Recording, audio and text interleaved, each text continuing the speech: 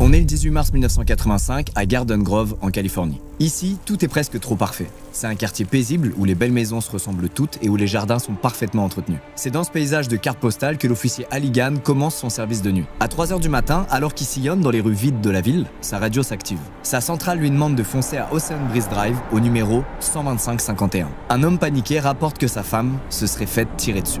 L'officier se gare face à ce pavillon classique et où il n'y a jamais eu d'intervention auparavant. Il toque à la porte, arme en main, inquiet de ce qu'il risque d'affronter. Et rapidement, l'homme qui lui avait donné l'alerte au téléphone lui ouvre la porte. Cet homme, c'est David Brown, un informaticien dans la trentaine et qui a l'air extrêmement choqué. L'officier aperçoit également une jeune femme tenant un bébé dans les bras. Elle aussi, elle tremble de peur, tout en essayant de rassurer l'enfant qui pleure. En arrière-plan, une télé crache des clips de MTV sans le moindre son. Sur les étagères, on voit des bibelots recouverts de poussière, mélangés à des jouets pour enfants mal rangés. Mais si cette maison oppresse l'officier, rien pour le moment ne semble indiquer qu'il y a eu la moindre violence ici. Et encore moins un coup de feu. David semble perdre ses mots avant d'enfin pointer du doigt la chambre à l'arrière du salon. Il dit que ça s'est passé là-bas, que quelqu'un aurait tiré sur sa femme avant de prendre la fuite. Mais David n'a toujours pas osé rentrer dans la pièce pour porter secours à sa femme. Et il implore l'officier d'aller vérifier à sa place. Halligan, en apprenant ça, il est perturbé. Quel mari ne se précipiterait pas vers sa femme en cas de danger? Et encore plus quand il y a eu un coup de feu et que donc elle est potentiellement gravement blessée. Halligan redoute ce qu'il attend derrière cette porte, mais il n'a pas d'autre choix que d'y aller, puisqu'une vie est peut-être en jeu.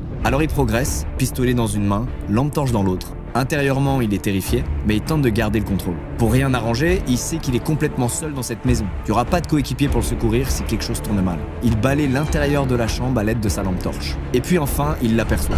Une femme gisant sur son lit. L'officier n'en est pas sûr, mais il croit même l'entendre lui demander de l'aide. En réalité, c'est qu'un simple râle d'agonie.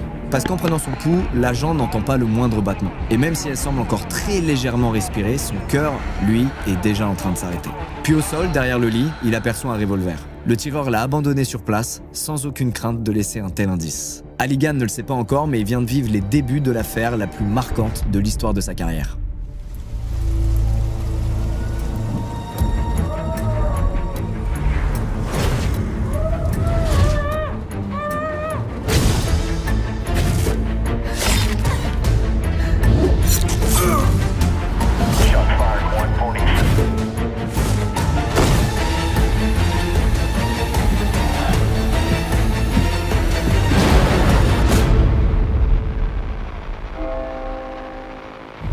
Quelques minutes plus tard, la maison est entièrement investie par des policiers venus en renfort et par des médecins urgentistes. La victime est identifiée comme Linda Brown, la femme de David. Elle est immédiatement transportée à l'hôpital le plus proche dans l'espoir qu'elle puisse encore être sauvée. De leur côté, les policiers recueillent les premières dépositions. Ils se tournent d'abord vers David, le père de famille, qui n'hésite pas à désigner un coupable. Selon lui, c'est Cinnamon Brown, sa propre fille de 14 ans, qui aurait tiré sur sa femme après une violente dispute. Il explique que Cinnamon n'aurait jamais accepté Linda, donc sa belle-mère, dans leur famille. Parfois, entre elles, la situation était tellement tendue que David a fini par acheter une caravane dans laquelle logeait partiellement Cinnamon, tant il en avait marre de les voir se disputer. Mais selon lui, jamais il aurait cru qu'elle finirait par faire une chose pareille. Sous son toit vit également Patty Bailey, une autre adolescente de 17 ans. C'est la sœur de la victime que David aurait accepté de recueillir à cause d'une situation familiale extrêmement difficile. Elle dormait quand les coups de feu ont retenti vers 2h du matin, mais elle s'est barricadée de peur d'être attaquée à son tour. Elle a ensuite attendu le retour de David, qui était parti faire quelques courses en ville en pleine nuit, apparemment excédé par une énième dispute qui opposait Cinnamon et Linda. C'est donc en rentrant vers 3h du matin qu'il a découvert le cauchemar dans lequel sa famille venait de plonger. Les policiers tiennent donc une coupable clairement identifiée, Cinnamon. Le problème, c'est que personne ne sait où elle est. L'alerte est donc donnée sur les ondes et toutes les patrouilles de la ville se mettent à sa recherche. Ce soir-là, c'est des centaines d'officiers qui reçoivent une description physique et une photo de Cinnamon Brown.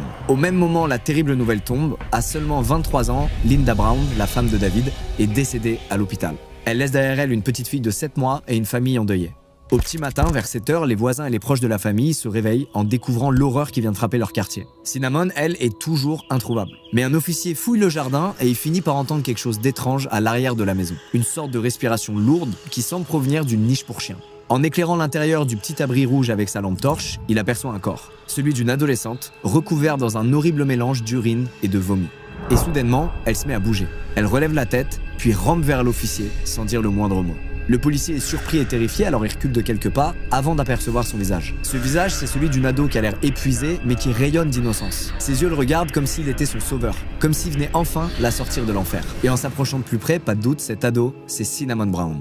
Dans ses mains, elle tient un petit papier entouré d'un ruban violet. Le policier le saisit et lit cette phrase aussi terrifiante qu'incriminante. « Pardonne-moi, Seigneur, je ne voulais pas lui faire de mal. » Cinnamon est rapidement pris en charge dans la maison où elle n'arrête pas de vomir. Dans la niche pour chiens, on retrouve des emballages de médicaments qui pourraient tuer n'importe quel adulte. Les enquêteurs découvrent que ce soir-là, elle aurait pu ingérer l'équivalent de 80 cachetons et que Cinnamon aurait donc tenté d'en finir juste après avoir commis le meurtre. Pourtant, elle est toujours vivante puisque ses vomissements cette nuit-là l'ont sauvée, bien qu'elle soit toujours dans un état très inquiétant. Mais plutôt que de la conduire à l'hôpital, les policiers lui passent les menottes et l'embarquent directement au commissariat. Ils veulent surtout pas laisser passer une chance d'obtenir des aveux à chaud. Complètement désorientée, Cinnamon continue de vomir tout le long du trajet dans la voiture de police. Elle est ensuite conduite dans une salle d'interrogatoire où l'attendent 2 enquêteurs. C'est toujours délicat pour des officiers de gérer des cas si graves, surtout quand c'est une mineure qui est concernée. D'autant plus qu'ils sont super étonnés en voyant le profil de Cinnamon, puisqu'elle semble très gentille, très polie et pleine de vie. Ils n'arrivent pas à croire qu'elle ait pu commettre une chose pareille ce soir-là, mais il faut savoir ce qui s'est passé, donc ils vont procéder à l'interrogatoire. Alors ils lui lisent immédiatement ses droits, puis s'apprêtent à la questionner sur le scénario horrible de cette soirée. Et puis ils n'ont pas le temps de poser la moindre question que Cinnamon prend la parole et leur dit que c'est bien elle qui a tiré, et demande si son père va bien. Ça prend de court les policiers qui s'étonnent de la voir se préoccuper à ce point de son père, elle qui vient pourtant d'abattre sa femme. Avec ses aveux, la découverte de la lettre de suicide et les témoignages concordants de David et Patty, l'affaire est rapidement traitée. Finalement, c'est l'histoire d'un meurtre classique, presque banal. Cinnamon est donc incarcérée et conduite devant un psychiatre qui s'étonne lui aussi de son comportement. Encore une fois, elle parle très peu du meurtre et se contente simplement de demander si son père va bien et s'il l'aimera encore. Mais David, sa fille Cinnamon, il l'a pas oublié, bien au contraire. Il met en place toute une stratégie pour essayer d'atténuer la condamnation qui attend sa fille. Il prévient sa famille et ses proches de tous tenir le même discours qui est le suivant. Il faut faire passer Cinnamon pour quelqu'un de perturbé et mal dans sa peau, et il faut bien insister sur le fait qu'elle se disputait très régulièrement avec Linda. En fait, David tente de tout faire pour qu'elle puisse plaider la folie ou le coup de sang. Sauf que les enquêteurs, qui interrogent évidemment la famille et des proches, mais aussi des gens plus éloignés du cercle d'amis de la famille, ils s'étonnent de voir que certaines personnes qui font partie de ce cercle éloigné tiennent des propos opposés à cette version de l'histoire. Ces professeurs, par exemple, la décrivent comme l'ado la plus normale du monde. Elle était selon eux souriante, sympathique, studieuse, elle a jamais mentionné la moindre tension à la maison avec sa belle-mère, mais peut-être que ses profs n'ont vu qu'une façade de Cinnamon. En tout cas, devant le juge pour mineurs, Cinnamon, comme prévu, plaide la folie, sauf que rien n'y fait. Ses aveux et sa lettre laissent penser que le meurtre était prémédité. Et alors que Cinnamon était persuadée que sa défense tiendrait, elle réalise que tout s'écroule autour d'elle. Elle cherche désespérément du regard son père dans la salle d'audience, sauf que David est absent, prétextant des soucis de santé. Cinnamon est donc seule face à ses démons quand elle reçoit sa lourde condamnation, 27 ans de réclusion pour le meurtre de sa belle-mère, Linda. Alors son jeune âge lui épargne une condamnation à vie, mais tous ses projets d'avenir et d'avoir une vie normale disparaissent dans cette salle d'audience. Alors des milliers de pensées se mettent à se mélanger dans sa tête. La vision du meurtre et du sang qui jaillit de l'abdomen de sa belle-mère, Patty qui hurle, sa vision qui se trouble dans la niche du chien, et cette impression que son père lui avait promis qu'elle risquerait rien et qu'elle ressortirait libre. Toute cette affaire aurait pu s'arrêter ici, sur un meurtre violent causé par un schéma bien trop classique de dispute familiale, mais dans cette salle d'audience ce jour-là, il y a un homme qui doute. Cet homme, c'est Jay Newell, un enquêteur qui a eu accès au dossier et qui est profondément convaincu que quelque chose cloche. Il n'arrive pas à croire qu'une meurtrière chercherait à ce point-là le regard et l'approbation de son père. Il est persuadé qu'il manque une pièce du puzzle. Alors après le jugement, il replonge dans le dossier. Déjà en réécoutant certains interrogatoires, notamment ceux de David, il s'étonne de voir qu'il a une sorte d'air très hautain que les enquêteurs n'ont pas relevé sur le moment. Il n'a pas l'impression d'écouter un père en détresse, mais plutôt un grand manipulateur. C'est comme si David était fier de donner un alibi solide, pas pour se disculper et faire avancer l'enquête, mais plus pour prouver aux policiers qu'il est plus intelligent qu'eux. Jay retrouve également un autre témoignage qui a rapidement été classé sans intérêt par ses collègues. C'est celui d'une ex-femme de David qui déclare l'avoir trouvé extrêmement calme malgré cette tragédie. Selon elle, c'est honorable qu'il tienne le choc, mais elle s'étonne, elle qui l'a connu très sanguin et émotif, de sa réaction face à ce drame. Tout l'inverse donc de ce qui semble montrer aux enquêteurs actuellement. Mais tout ça à l'époque n'a fait tiquer personne. Malheureusement pour le moment, Jay peut évidemment rien faire puisqu'il n'a pas le pouvoir à lui seul de relancer l'enquête. Ses collègues se sont déjà penchés sur le sujet et le jugement a déjà été rendu. Pourtant au fond de lui, il sent bien qu'il y a une vérité différente à aller trouver au bout de ce chemin. Alors il décide de s'y mettre seul pour en avoir le cœur net. De sa propre initiative, il passe désormais tout son temps libre sur le dossier, en plus des autres enquêtes qu'il mène au quotidien. Et il va faire ça sans relâche pendant plus de 3 ans.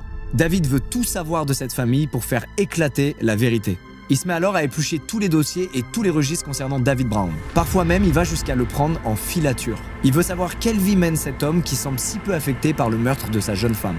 Et avec tous ses efforts, ce qu'il s'apprête à découvrir va complètement rebattre les cartes. D'abord, il découvre que David a déménagé juste après le meurtre, ce qui en vrai est plutôt normal. Sa toute nouvelle maison est dans les hauteurs d'un quartier très huppé, à Anaheim Hills, et colle pas du tout avec son train de vie originel. En se rendant là-bas, Jay aperçoit une piscine flambant neuve, un jacuzzi et plusieurs voitures de sport garées à l'intérieur de la propriété. Il apprend aussi que Patty vit toujours avec lui et qu'ils voyagent régulièrement ensemble à Las Vegas. Jay n'est évidemment personne pour juger un homme endeuillé, mais en tout cas c'est cette richesse soudaine qui l'étonne beaucoup. Et aussi ces voyages si fréquents dans des casinos à Vegas pour un homme qui est soi-disant tellement malade qu'il peut pas rendre visite à sa propre fille en prison. Il sait aussi que David était informaticien de formation et qu'il a pendant un temps très bien gagné sa vie. Son entreprise spécialisée dans la récupération de données informatiques a eu pendant un moment pour clientèle des grandes chaînes d'hôtels et même l'armée américaine. Mais en poussant plus loin les recherches, Jay découvre que David, juste avant le meurtre, il est pourtant au bord de la ruine. À l'époque, il dépense sans compter, ensuite il dépense même à crédit, avant de tomber dans une spirale infernale impossible à rembourser, au point où il aurait tenté de frauder à plusieurs reprises son assurance en prétextant des faux accidents de voiture. Alors d'où vient l'argent qu'il a actuellement? Eh ben Jay découvre que David avait contracté quelques mois avant le meurtre une assurance vie pour sa femme.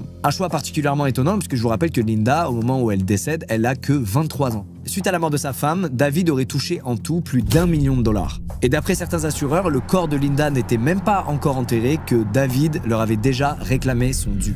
Alors est-ce que les juges et les enquêteurs face à eux ont réellement vu un homme endeuillé? Ou est-ce qu'ils ont plutôt vu un homme motivé par l'appât du gain? Pour Jay, c'est une évidence, le mobile du meurtre était financier, mais personne n'a su le détecter. Mais c'est encore que le début de ses découvertes. En continuant de fouiller son passé, Jay va découvrir que David cache derrière son masque de gendre idéal et d'informaticien ayant tout réussi, un véritable prédateur. Un monstre pas seulement assoiffé d'argent, mais aussi assoiffé de pouvoir. En vérifiant ses dossiers auprès de l'état civil, déjà il découvre qu'en fait Linda était sa 5e femme. À seulement 32 ans, David se serait en fait déjà marié 5 fois. David enchaîne les conquêtes avant de les lâcher aussi rapidement qu'il les a trouvées. Fait encore plus étrange, Linda avait déjà été mariée avec David avant de divorcer, puis de se remarier à nouveau avec lui quelques années plus tard. On est dans les années 80, c'est pas vraiment un schéma récurrent, un homme qui se marie 5 fois en 10 ans, mais pourquoi pas? Ce qui va réellement choquer Jay, c'est même pas ça, c'est le profil de toutes ces femmes. Puisqu'à chaque fois, David prenait pour épouse des adolescentes. Des adolescentes au passé extrêmement difficile qui récupéraient sous son aile avec l'accord des parents. David semblait les cibler volontairement pour les façonner et les contrôler selon ses envies. Jay contacte alors certaines de ses ex-femmes qui confirment tout le caractère extrêmement manipulateur de David. On lui raconte notamment comment il a fini par rencontrer Linda et Patty et autant vous prévenir, c'est affreux. Alors qu'il divorce avec sa première femme, qui a mis au monde Cinnamon, David se met à sympathiser avec l'une de ses voisines, une certaine Ethel Bailey qui est connue pour avoir de gros problèmes d'argent. Et d'ailleurs, c'est peu dire tant la situation de cette femme est précaire. Elle vit uniquement des aides de l'État tout en élevant seule 11 enfants. David, lui qui à l'époque réussit tout professionnellement, lui propose un peu de soutien financier. Quelques cadeaux par-ci par-là pour elle et ses enfants. Et puis il lui avoue qu'il a un grave cancer et qu'il aurait bien besoin d'aide lui aussi à la maison. Alors il propose à cette femme seule et en difficulté d'embaucher 2 de ses filles en échange d'une rémunération. La mère se dit que ça leur ferait un peu d'argent de poche et surtout, elle prend en pitié cet homme qui a l'air profondément triste en plus d'être gravement malade, sans se douter une seule seconde qu'il est en réalité très dangereux. Parmi ses filles se trouve Pam, une ado de 16 ans. Alors si au début tout semble normal, David évidemment va finir par flirter avec elle alors qu'il s'approche déjà de la trentaine. Et puis David se lasse de Pam et braque désormais son attention sur sa petite sœur, Linda, qui vient d'avoir 13 ans.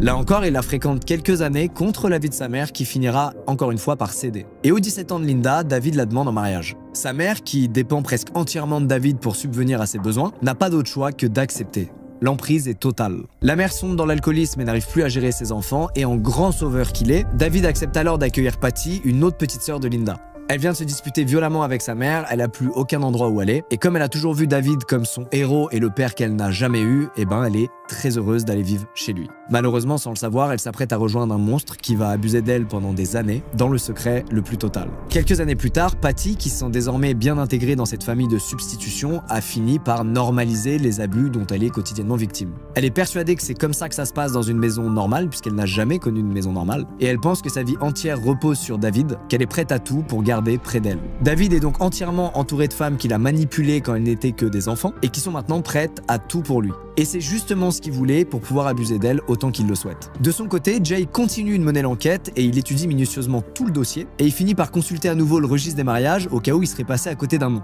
Il s'étonne alors de voir une nouvelle mention apparaître. Quelque temps après le meurtre de Linda, David s'est remarié dans le plus grand des secrets et dans le dos de sa famille. Et sa nouvelle femme, c'est nul autre que la petite sœur de la victime, Patty. Pendant ce temps, Cinnamon, toujours en prison, fait ce qu'elle peut. Elle essaie toujours de garder une attitude positive, elle est assidue en cours, et elle a même trouvé un petit job de bureautique dans le centre pénitentiaire pour se faire un peu d'argent de poche. Tous les adultes qui la côtoient sont impressionnés par son attitude et sa volonté de changer sa vie pour le meilleur. À tel point d'ailleurs que certains se demandent même si elle n'est pas ici par erreur. Mais sa situation psychologique pourtant semble s'aggraver. Quand on lui reparle du meurtre qu'elle a commis, maintenant elle répond qu'elle s'en souvient même pas et qu'elle a d'ailleurs aucun souvenir tout court de cette soirée. En réalité, il s'agit d'une stratégie de son père qui lui a dit de dire ça et que ça lui permettrait peut-être de sortir plus tôt de prison. En parlant de son père, de son côté, David ne se préoccupe plus du tout de Cinnamon. Il vient quasiment jamais la voir en prétextant encore et toujours une maladie. Autant de mensonges qui à la fin finalement ne servent qu'à manipuler son entourage et à s'assurer que Cinnamon ne révèle pas de secrets de famille compromettants. Elle est donc isolée et presque seule, mais elle a quand même un lien avec l'extérieur, un seul lien, et c'est son grand-père paternel, Arthur Brown. Lui, c'est un homme simple, mais qui va pourtant se révéler être une pièce maîtresse dans toute cette affaire. Pendant l'une de ses visites, il va discrètement chuchoter à Cinnamon qu'il sait qui a tué Linda et qu'il avouerait tout le moment venu. Cinnamon, qui prétend pourtant depuis des mois avoir tout simplement oublié le meurtre, a l'air heureuse d'entendre ça. Alors de façon presque instinctive, elle révèle immédiatement ce qui vient de se passer au superviseur qui gère son dossier. Et très vite, la nouvelle fait le tour de l'établissement. Personne ne comprend pourquoi son grand-père aurait dit ça, alors que Cinnamon avait déjà tout avoué, que 2 témoins avaient même confirmé son implication et que toute sa famille était du même avis. Et en apprenant ça, bien évidemment, Jay rend tout de suite visite à Arthur Brown, le grand-père de Cinnamon. Alors Jay, il va pas par 4 chemins et il lui demande directement pourquoi il a fait cette révélation à Cinnamon. Immédiatement, Arthur se braque, comme s'il voulait surtout pas commettre une erreur. Alors Jay remet le couvert et lui demande s'il a fait ça uniquement pour lui donner un faux espoir, elle qui risque encore de passer plus de 20 ans en prison. Et c'est là que le vieil homme commence à avoir les yeux humides et qu'il craque. Il explique que quelques semaines avant le meurtre, il a entendu Patty parler en mal de Linda devant David. Alors il a pas tout compris sur le moment, mais il est certain qu'elle aurait dit être prête à tout pour sauver David, même s'il fallait se débarrasser de Linda. Cette révélation, elle a beau être tragique, elle donne enfin un sens aux longues nuits blanches que Jay s'inflige maintenant depuis des années. Tous ses efforts paient enfin, des fissures apparaissent finalement dans le dossier et dans la version des 2 témoins. Patty serait donc peut-être impliquée dans le meurtre et ça, c'est une victoire pour Jay. Parce que même si c'est qu'un témoignage, ça lui donne au moins un prétexte d'aller parler à Cinnamon. C'est le 3 juillet 1988, plus de 3 ans après le meurtre de Linda, que Jay rencontre Cinnamon pour la première fois. Alors comme à son habitude, elle se contente de dire qu'elle n'a aucun souvenir des meurtres. S'il veut la faire parler, Jay va donc devoir la faire craquer. Il sait qu'au fond d'elle, son père compte plus que tout, mais il sait aussi qu'il vient presque jamais la voir, prétextant à chaque fois des graves soucis de santé, comme pour le jour de son propre procès. Et il sait que cette grave maladie, elle n'existe pas et que tout ça, c'est des mensonges. Il voit bien David sortir en ville, il voit bien qu'il part à Vegas avec Patty, bref, il n'y a rien qui colle avec quelqu'un qui prétend ne pas pouvoir rendre visite à sa fille. Jay avoue alors à Cinnamon tout ça et tout ce qu'il sait sur David. Il lui dit qu'il vit désormais dans le luxe, qu'il est en pleine santé et qu'il a contracté des assurances décès au nom de Linda. Il lui annonce également qu'il a entièrement refait sa vie avec Patty, qu'ils se sont mariés dans le plus grand des secrets et qu'ils ont même eu un enfant ensemble. Toutes ces révélations évidemment sont fracassantes pour Cinnamon qui savait quand même depuis quelque temps qu'il y a quelque chose qui tournait pas rond. À ce moment précis, tout va à 1000 à l'heure dans sa tête et les larmes finissent par monter. Elle repense à l'absence de son père au procès, à son absence au parloir et surtout à ce qui lui a martelé année après année. Joue la folie, dis que tu ne te rappelles de rien, ça allégera ta peine.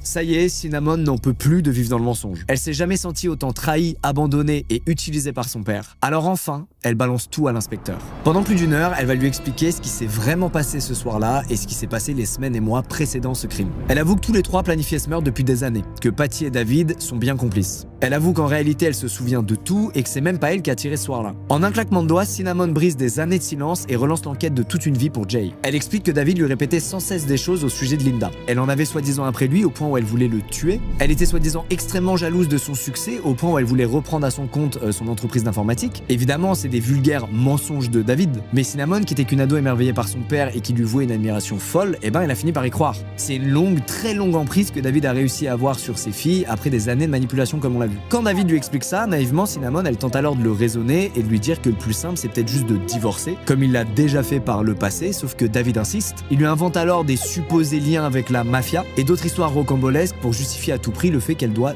disparaître de leur vie. Et pour casser encore un peu plus leur barrière mentale, il joue la victime, comme il l'a toujours fait, et il dit que si elle ne meurt pas, il n'aura pas d'autre choix que de quitter la ville à tout jamais, donc loin d'elle, et voire peut-être même de mettre fin à ses jours. En d'autres termes, il leur dit que si elle refuse de l'aider, elle risque tout simplement de ne plus jamais le voir. Il leur dira aussi à plusieurs reprises une phrase qui restera gravée dans leur mémoire à jamais et qui est la suivante: si vous m'aimiez vraiment, alors vous le feriez. Face à cette pression constante, les filles craquent et sombrent dans le délire de David. Par amour, elles sont prêtes à tout lui accorder. Elles ont trop peur qu'il quitte leur vie et qu'elles finissent seules et délaissées. Bref, l'ultimatum fonctionne. La vie à la maison est désormais bien macabre. À chaque fois que Linda s'absente, les filles réfléchissent à comment faire pour la tuer. En la poussant d'une falaise, en l'électrocutant dans son bain, ou bien en frappant son crâne avec une barre en métal. Toutes les options sont explorées au point où ça devient un petit jeu malsain dans lequel les filles font la compétition pour proposer toujours plus d'options à David qui s'émerveille de voir l'influence qu'il a sur elle. Linda, elle, imagine pas un seul instant que les filles avec qui elle dîne chaque soir réfléchissent à s'il vaut mieux la poignarder ou l'étouffer durant son sommeil. Un soir de février 1985, David annonce à Patty que le moment est venu. Il lui tend un revolver et il lui demande d'en finir. Alors sans réfléchir, elle saisit l'arme puis se dirige vers la chambre parentale. Mais à peine arrivée sur le pas de la porte, elle fond en larmes. Elle se rend compte qu'elle aime profondément sa sœur et que tout ça est horrible. Alors elle revient sur ses pas et elle explique à David qu'elle en est pas capable. Au petit matin, Linda se réveillera sans se douter que sa petite sœur se tenait à quelques mètres d'elle, arme en main, prête à la tuer. David en tiendra par rigueur et réfléchira plutôt à un autre plan. Il commence à se dire que c'est Cinnamon qui pourrait porter le chapeau puisqu'elle a que 14 ans. Si c'est elle qui avoue le meurtre, elle aura juste à déjouer le diagnostic des psychiatres et elle pourra éviter une peine très lourde. De cette manière, Patty serait hors de tout soupçon, Cinnamon resterait libre et ensemble ils pourraient enfin repartir de zéro sans le danger que représente Linda. Et pour parfaire la légende de Cinnamon, la petite fille psychologiquement instable, David lui apprend à se faire passer pour une ado rebelle, suicidaire et dérangée. Il lui apprend à écrire des lettres de suicide convaincantes et lui explique comment elle devra se comporter devant les policiers après le meurtre. Il lui montre également comment bien tenir le pistolet pour simuler une mort convaincante. Il demande donc à Cinnamon de viser le long de sa tempe et d'appuyer sur la gâchette pour provoquer une éraflure qui convaincra n'importe quel policier qu'elle a tenté d'en finir pour de bon. Sauf que Cinnamon est terrifiée, elle a trop peur de rater son tir. Évidemment, ça n'arrête pas David qui trouve immédiatement une autre solution, des médicaments. Il lui dit qu'il connaît un dosage parfait qui lui donnera un peu la nausée, mais qui fera croire au médecin qu'elle a fait une overdose le soir de l'assassinat. Vous l'avez compris, tout doit être fait pour que les enquêteurs accusent Cinnamon sans qu'il y ait le moindre doute. On est le 19 mars 1985 et David réveille les filles en pleine nuit. Il tend des cachetons à Cinnamon et lui ordonne de les prendre sur le champ. Sans le savoir, elle s'apprête à ingérer un cocktail mortel qui pourrait tuer n'importe quel adulte. Patty, elle, s'occupe de prendre l'arme. Elle la charge et part en direction de la chambre. Cette fois, elle comprend qu'elle peut plus faire marche arrière. Ça fait des jours que David leur met dans le crâne que Linda est un danger pour eux, et comme d'habitude, c'est leur amour envers lui qui prend le dessus. De son côté, David quitte précipitamment la maison et part faire un tour en ville pour forger son alibi. Il fait le tour des commerces encore ouverts en pleine nuit, et salue même plusieurs fois par erreur le même caissier, dans le seul but d'être vu par un maximum de monde et d'avoir un maximum de témoins qui pourront certifier qu'il n'était pas sur les lieux du crime. Cinnamon, elle, se met à rédiger sa fausse lettre de suicide, puis sort de la maison en direction de la niche du chien, là donc où les inspecteurs la retrouveront seulement quelques heures plus tard. De son côté, elle n'a plus qu'à attendre l'irréparable. Elle explique ensuite à Jay avoir entendu 2 coups de feu, sans réellement savoir si c'était Patty ou quelqu'un d'autre qui a tiré. Après ces 2 coups de feu, elle explique avoir complètement perdu le contrôle de son corps, puisque les médicaments l'ont fait convulser et perdre connaissance. Elle raconte à Jay que son dernier souvenir à ce moment-là, c'est d'avoir aperçu son père, penché au-dessus d'elle, lui dire que ça y est, tout est enfin terminé. Elle se dit incapable de savoir si c'était un rêve, une étrange vision ou la réalité. En tout cas, après avoir perdu connaissance, ce qu'elle ignore, c'est qu'en réalité, son père n'attend qu'une seule chose, qu'elle meure elle aussi et emporte ce lourd secret dans la tombe. Ça permettrait à David et Patty de refaire leur vie ensemble et toucher l'argent des assurances. Mais ce que David ignorerait, c'est que les vomissements de Cinnamon la sauveraient. Et même les médecins qui l'ont auscultée entre-temps parlent d'un véritable miracle. En tout cas, au petit matin, alors qu'elle est désorientée, épuisée et à bout de souffle, elle continue malgré tout le plan. Elle avoue aux policiers que c'est elle qui a tiré et en faisant ça, elle est persuadée qu'elle sauve toute la famille. Face à toutes ces révélations, Jay évidemment est stupéfait. Il est stupéfait mais il sait que la parole seule de Cinnamon ne suffira pas. Il lui faut des preuves tangibles. Alors il lui propose un deal. Il lui propose de porter secrètement un enregistreur sonore et de confronter David au parloir. Cinnamon réfléchit un peu et finit par accepter, mais il reste un problème. David ne vient jamais au parloir. Sa fille a beau avoir échappé à la mort, il l'a presque complètement écartée de sa vie. Cinnamon ruse et lui fait parvenir un message dans lequel elle semble énervée et prête à tout révéler. Dans ce message, en gros, elle lui dit qu'ils doivent se parler urgemment. Et ça, pour David, qui avait l'habitude d'une Cinnamon qui fait pas la moindre vague depuis le début du plan, ça allume une petite alarme dans sa tête. Alors il fonce en direction de la prison et il voit sa fille pour la première fois depuis très longtemps. Il lui explique à nouveau qu'il est gravement malade et que ça lui demande énormément d'efforts de venir jusqu'ici. Mais il a beau regarder Cinnamon droit dans les yeux, il y a quelque chose qui a changé. Elle sait qu'il ment comme il respire. Et s'il est dans cette pièce avec elle, c'est pas par amour, c'est par peur de ne plus maîtriser la situation. Cinnamon lui balance tout au visage. Elle lui dit qu'elle peut plus vivre en prison et elle l'accuse de lui avoir menti. Elle ajoute qu'elle sait tout sur Patty, sur le mariage, sur le bébé et qu'elle a bien compris qu'il l'a manipulée et qu'elle en paie de sa vie enfermée derrière les barreaux. David, lui, nie tout en bloc. Il dit que le bébé n'est pas le sien et que Cinnamon est en train de se faire un film. Puis il reprend les manipulations, comme il l'a toujours fait. Il prétend qu'il pourrait convaincre Patty de se dénoncer à la police et qu'elle pourra faire croire que c'est elle qui a tiré. Bref, il propose à Cinnamon de sacrifier Patty, mais elle refuse toutes ses propositions. Elle veut plus subir ces horribles manipulations, alors elle se contente de lui dire qu'elle y réfléchira, en le laissant croire qu'il a peut-être réussi son coup. Mais ce qu'il sait pas, c'est qu'une dizaine d'enquêteurs viennent d'entendre tout ce qu'il vient de dire de l'autre côté de cette pièce. Avec ces enregistrements, Jay a désormais une mine d'or entre les mains. Il a la preuve que David n'est pas tout blanc dans cette affaire et qu'il savait très bien qu'un meurtre se préparait. Il a la confirmation aussi qu'il n'était pas fou de mener l'enquête pendant si longtemps. Son instinct avait raison et il s'apprête maintenant à sauver Cinnamon des griffes de son père. Le 22 septembre 1988, David et Patty sont arrêtés à leur domicile, accusés du meurtre de Linda Brown. David pris de court avoue sur le champ ce qui s'est passé. Ou du moins, il tente de transformer la vérité à son avantage. Il avoue que les filles avaient discuté de l'assassinat devant lui, mais il affirme que tout a été fait de leur propre initiative. Il dit avoir cru que c'était juste des paroles d'ados rebelles et que tout ce qu'elles disaient, c'était des blagues un peu déplacées. Une défense assez lunaire qui n'arrive bien évidemment pas à convaincre les policiers. Et même si David raconte n'importe quoi, l'enquête progresse. Un juge fixe la date d'un nouveau procès pour la fin d'année et en prévision de ce moment clé, Jay recontacte Cinnamon. Cette fois non pas dans son rôle de policier, mais plutôt presque comme celui d'un père qui lui implore de dire ce jour-là toute la vérité. Elle qui a donné tant de versions contradictoires par le passé, doit à tout prix éviter d'être à nouveau attaquée sur ça. À la moindre incohérence, elle risquerait de retourner directement en prison et de voir David ressortir de là libre. Ironiquement, c'est le jour d'Halloween que Cinnamon craque complètement et demande à voir Jay. Elle veut le voir parce qu'elle a une dernière révélation à lui faire. Et cette révélation, c'est qu'en réalité, c'est bien elle qui a tiré sur sa belle-mère le soir du meurtre. Jay est étonné et il comprend pas pourquoi elle se mettrait à mentir soudainement sur ce point précis. Pourquoi elle se serait accusée au départ avant de faire croire à une amnésie pour ensuite revenir sur tout ça. Pourquoi se donner tant de mal?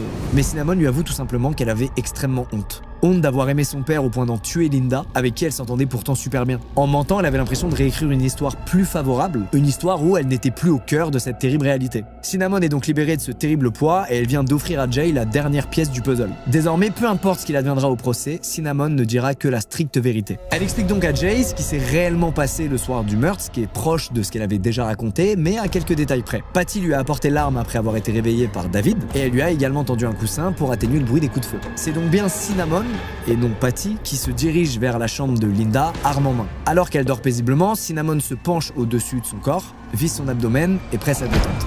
Le coup part immédiatement et transperce Linda qui hurle de douleur. Devant la chambre, Patty se met à hurler qu'elle est toujours vivante et ordonne à Cinnamon d'y retourner. Cinnamon, maintenant submergée par l'adrénaline et presque en autopilote, retourne donc dans la chambre. Elle vise à nouveau l'abdomen de sa belle-mère, puis presse la détente. La balle percute la veine cave et c'est une véritable giclée de sang qui se répand sur le corps de Linda. Cette fois, elle n'arrive plus à appeler à l'aide et ses longs râles se noient petit à petit dans le sang qui commence à remplir ses poumons. Prise de panique, Cinnamon jette l'arme au sol puis s'enfuit dans le jardin. Les médicaments commencent à faire effet et elle s'allonge dans la niche à l'arrière de la maison. Ici, elle tient fermement la lettre dans ses mains et espère que tout ça sera bientôt terminé avant de convulser et de perdre connaissance. Et la suite, vous la connaissez.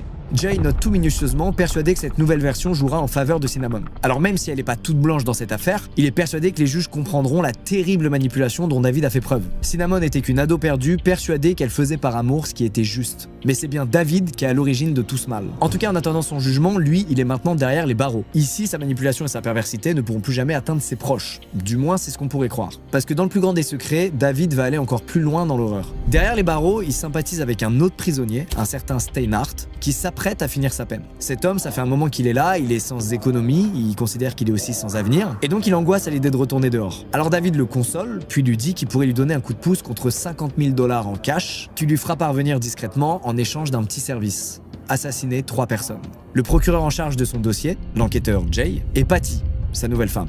Il espère que leur mort ralentira au maximum la procédure, ou lui permettra même d'échapper à une condamnation. Parce qu'il est persuadé que si Patty révèle tout ce qu'elle sait, en plus de Cinnamon, alors il risquera sûrement carrément la peine de mort. À Steinhardt de trouver une manière de la faire assassiner en prison, puisqu'elle attend elle aussi derrière les barreaux, peut-être en soudoyant une codétenue qui serait prête à la poignarder. Mais Steinhardt, en entendant tout ça, il est terrifié. Il veut pas du tout se mêler d'une affaire aussi sordide, et donc il révèle tout à un surveillant. Les enquêteurs lui proposent donc de rentrer dans le jeu de David pour le piéger, chose qu'il accepte immédiatement dès sa sortie de prison. Pendant plusieurs semaines, David reste en communication avec lui par téléphone, et tout est évidemment enregistré. Steinhardt lui demande s'il veut seulement blesser Jay et le procureur, ou s'il veut vraiment les tuer. David lui répond froidement qu'il les veut morts. D'ailleurs, pour prouver qu'il est sérieux, il lui fait même envoyer 10 000 $ d'avance. À l'extérieur de la prison, c'est le frère de David qui se charge de convoyer l'argent, persuadé de rendre un service à un ami de son frère, sans se douter un instant qu'il est en fait en train de payer un faux assassin. Une preuve de plus qui montre que David est prêt à sacrifier toute sa famille pour ses propres intérêts personnels. Ce complot va sceller le destin judiciaire de David. Le procès s'ouvre donc en 1990 et débute par la déposition de Patty. Tout comme Cinnamon, elle avoue tout. L'audience, en entendant son histoire, est évidemment très émue. Les années d'abus et de manipulation psychologique auront eu raison d'elle. Pourtant, le procureur va lui demander si elle aime encore son père. Et les larmes aux yeux, elle murmurera que oui. Une réponse extrêmement simple et pourtant tragique, qui révèle à quel point l'emprise dont elle est victime est complexe et sans limite. La justice peut évidemment pas entièrement innocenter Patty, qui est donc complice d'homicide volontaire. Elle écopera donc d'une peine de 4 ans de prison et elle ressortira à ses 25 ans. Après Patty, c'est au tour de Cinnamon de s'exprimer. Tout comme Patty, elle explique que si elle en est arrivée à faire tout ça, c'est uniquement par amour de David. Elle était terrifiée de le perdre à tout jamais, persuadée que Linda lui voulait réellement du mal, et elle préférait se sacrifier en prison plutôt que de voir son père mettre à exécution son chantage au suicide. Elle aussi, c'est sa dévotion envers son père qui l'aura perdu. Malgré tout ce qu'il lui a fait subir, Cinnamon avoue avoir quand même de la peine pour lui. Elle est en désaccord total avec la personne qu'il est devenu, mais elle déclare qu'elle continuera de l'aimer.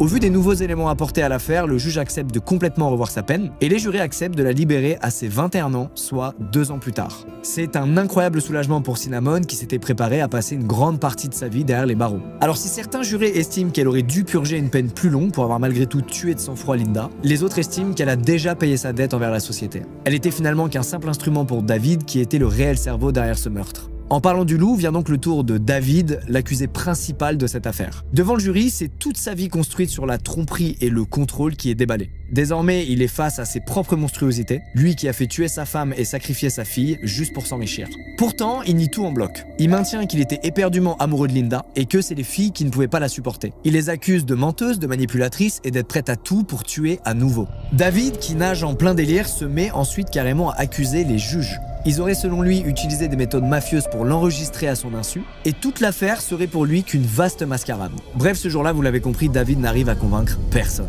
Le 15 juin 1990, il est condamné à la perpétuité pour le meurtre de Linda, ainsi que pour la tentative de triple assassinat qu'il a commandité depuis sa cellule. Et avant de le laisser partir en direction de la prison où il finira ses jours, le procureur lui adresse une dernière fois la parole. Il lui dit qu'à côté de lui, Charles Manson passerait pour un amateur.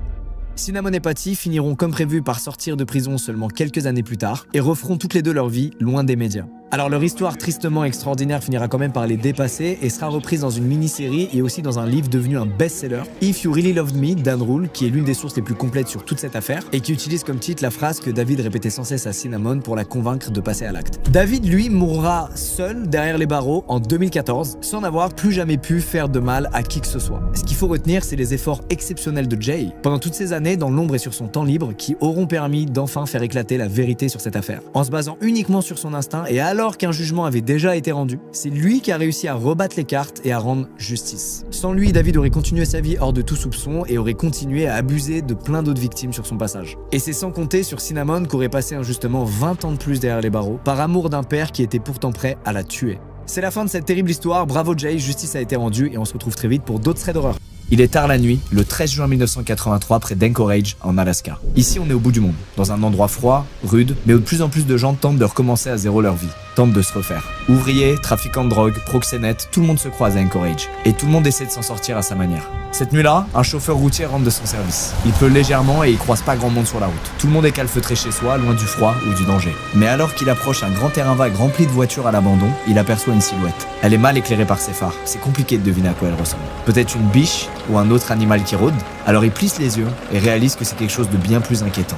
C'est une femme qui court à toute vitesse et qui lui fait des grands gestes. Elle lève les bras le plus haut possible sans pour autant les séparer, comme si elle était attachée. Pris par la peur, le chauffeur accélère à nouveau. Il se demande s'il n'est pas juste en train de tomber dans un piège. Il veut juste rentrer chez lui après une longue journée de boulot, pas se retrouver dans un film d'horreur.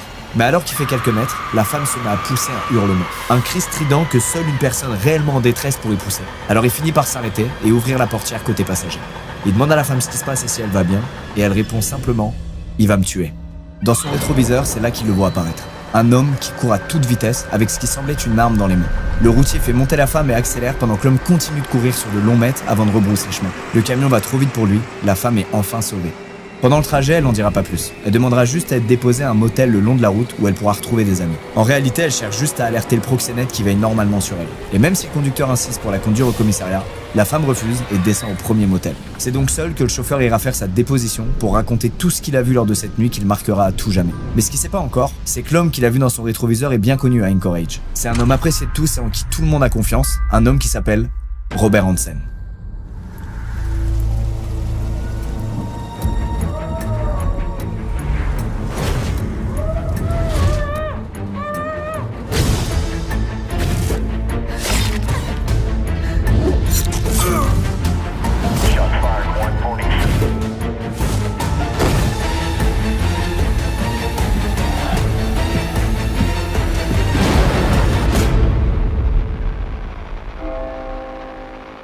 Robert Hansen est un homme marié, bien sous tout rapport, et qui a réussi dans cette ville où le crime prédomine. Il a d'ailleurs lancé sa propre boulangerie et régale tous les habitants en quête de réconfort. Bref, personne ne le soupçonnerait de quoi que ce soit. Mais à la base, Robert il vient pas d'ici. Et s'il est venu jusqu'en Alaska, c'est pour refaire sa vie après un passé compliqué. Il naît le 15 février 1939 dans l'Iowa, à des milliers de kilomètres de là. Son enfance a rien de tendre, son père, un immigrant danois, est extrêmement strict avec lui. Le moindre écart est sanctionné, parfois très violemment. Une simple mauvaise note à l'école peut donc se transformer en véritable calvaire pour Robert. Même le simple fait d'écrire de la main gauche dérange son père qui n'hésite pas à le gifler pour qu'il devienne droitier. Et quand il a pas la tête dans les cours, Robert est forcé de venir travailler à la boulangerie familiale. Et là aussi, son père est extrêmement strict. Il tolère pas la moindre erreur et répète régulièrement à son fils que c'est un bon à rien alors que Robert fait de son mieux. Et là où certains enfants voient l'école comme une bouffée d'air quand c'est la cata à la maison, c'est pas le cas pour Robert. Il est petit, maigre, il bégaye un peu et les autres en profitent pour faire de lui la risée de l'école. Partout où il est, Robert se sent mal et exclu. Et évidemment, ça s'arrange pas quand il passe au lycée en 1954. Il a des gros problèmes d'acné, ce qui empire son harcèlement, et il a beau rêver d'avoir ses toutes premières amourettes comme tous les garçons de son âge, il n'en sera rien puisque toutes les filles qui lui plaisent se moquent de lui. Robert rêvait juste d'être un ado comme les autres, d'avoir simplement un groupe d'amis, mais au lieu de ça, il aura juste cette frustration en lui qui s'arrêtera jamais de grandir, jusqu'à ce qu'il finisse même par avoir des idées très sombres. Robert fait de plus en plus de rêves où il se met à faire du mal à tous ceux qu'il rejette. Déjà à tous ses camarades, mais surtout aux filles. Plus il avance dans son adolescence et dans ses années lycée, et plus ses rêves se multiplient. Sa seule bouffée d'air frais, c'est quand il a un peu de temps libre et qu'il part en pleine nature. Il y passe des heures, souvent seul, en pleine forêt et loin des moqueries. Alors il se met peu à peu à explorer des hobbies qui lui permettent de passer encore plus de temps ici. Il va s'initier notamment au tir à l'arc, à la pêche et à la chasse. Et quand il réussit un tir précis avec son arc, il n'est pas particulièrement fier de sa performance. Il saute pas sur place pour dire qu'il est le meilleur, qu'il est trop fort, non. Il est juste étonné de voir qu'un tir si puissant sur une cible ne fait quasiment aucun bruit. À sa sortie du lycée, Robert découvre que son nom est mal orthographié sur sa photo de fin d'année. C'est anodin, mais pour lui, c'est encore le signe que rien ni personne ne lui porte attention. Lui que tout le monde rejette, même son nom est bafoué. En 1957, il a 18 ans et il prend une décision drastique, rejoindre l'armée pour fuir cette vie qu'il déteste. Et c'est une excellente idée puisque ça va lui réussir. Il passe tous les tests de sélection, il devient réserviste pendant plus d'1 an, puis il devient instructeur des nouvelles recrues. En parallèle, il s'inscrit en tant que pompier volontaire dans sa ville et il fait la rencontre de celle qui deviendra sa femme, Phoebe Paget.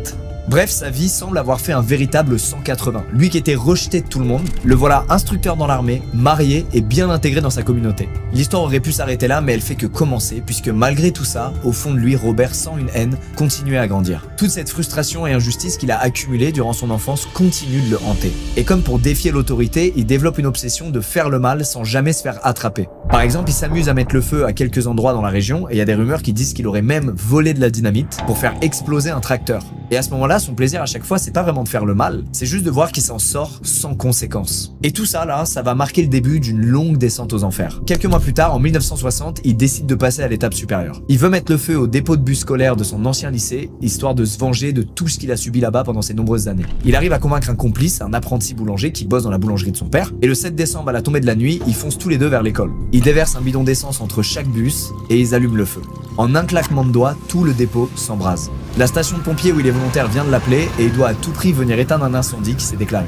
Oui, Robert est en route vers son propre crime pour éteindre les flammes qu'il a lui-même allumées. Au total, 7 bus seront complètement décimés et un chauffeur qui prenait sa pause dans le coin sera blessé en essayant de sauver ce qu'il pouvait. Cet incendie volontaire, c'est un choc dans la ville. Les habitants comprennent pas qui a pu être capable d'un truc aussi stupide et qui pénalise tous les enfants du quartier. Et face à la pression, le complice de Robert finit par tout avouer et au passage le dénonce. La police finit donc par arrêter Robert que personne ne soupçonnait. Lui qui était si bien intégré et qui avait même participé à l'extinction de l'incendie, comment a-t-il pu en arriver là? Le choc est tel que la justice se montre dure et le condamne à 3 ans de prison ferme. Robert est donc de nouveau seul et cette fois entre 4 murs. Mais ce qui est le plus inquiétant dans tout ça, c'est pas l'acte en lui-même, c'est la raison que Robert donnera à l'un de ses codétenus. Il lui explique qu'il a pas fait ça pour venger qui que ce soit, même pas lui-même. S'il a mis le feu à tous ses véhicules, c'est encore une fois pour voir s'il pouvait y arriver sans se faire prendre. Pendant son séjour en prison, Robert est exemplaire et il ressort de là seulement 20 mois après son incarcération. Il se fait désormais tout petit, il retourne bosser auprès de son père et il suit des formations de pâtissier quand il a un peu de temps libre. Il fait également la rencontre d'une nouvelle femme, Darla, avec qui il se marie une nouvelle fois très rapidement. Comme il refuse qu'elle subisse sa réputation ici, qui est très mauvaise depuis l'incendie criminel, il lui propose de partir vivre ensemble le plus loin possible de l'Iowa. Et quoi de mieux pour ça que d'aller à Anchorage, en Alaska.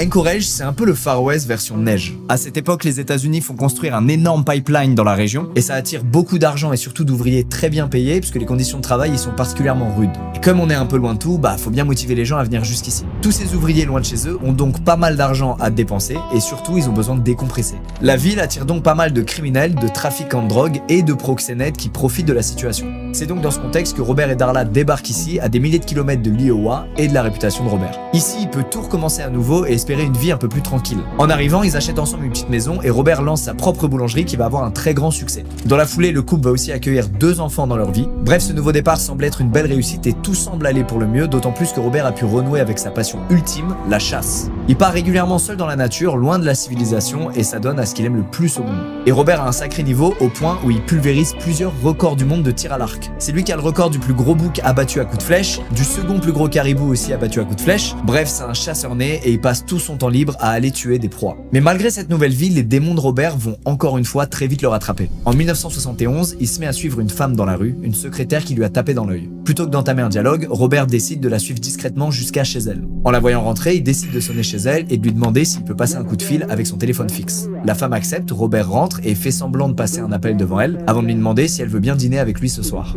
Choquée, la secrétaire lui dit de dégager et de plus jamais revenir ici. Sauf qu'une semaine plus tard, Robert revient encore une fois chez elle. Cette fois, il campe devant sa porte et il attend qu'elle sorte pour aller au travail. Et alors qu'elle franchit la porte, Robert surgit, braque un revolver contre sa tempe et lui ordonne de ne surtout pas crier. Il lui dit qu'au moindre écart, il n'hésitera surtout pas à lui éclater la cervelle. Mais prise de panique, la femme hurle instinctivement avant de prendre la fuite et Robert, qui s'attendait pas du tout à ça, s'échappe à son tour. Quelques minutes plus tard, des sirènes de police retentissent, alertées par des voisins qui ont vu toute la scène. Robert est interpellé quelques rues plus loin pendant que d'autres officiers prennent la déposition de sa victime. Lui qui avait réussi sa nouvelle vie vient d'à nouveau tout détruire. Il repasse donc devant un juge en 1972, cette fois pour agression et tentative d'enlèvement avec une arme à feu, et il est condamné à 5 ans de prison ferme.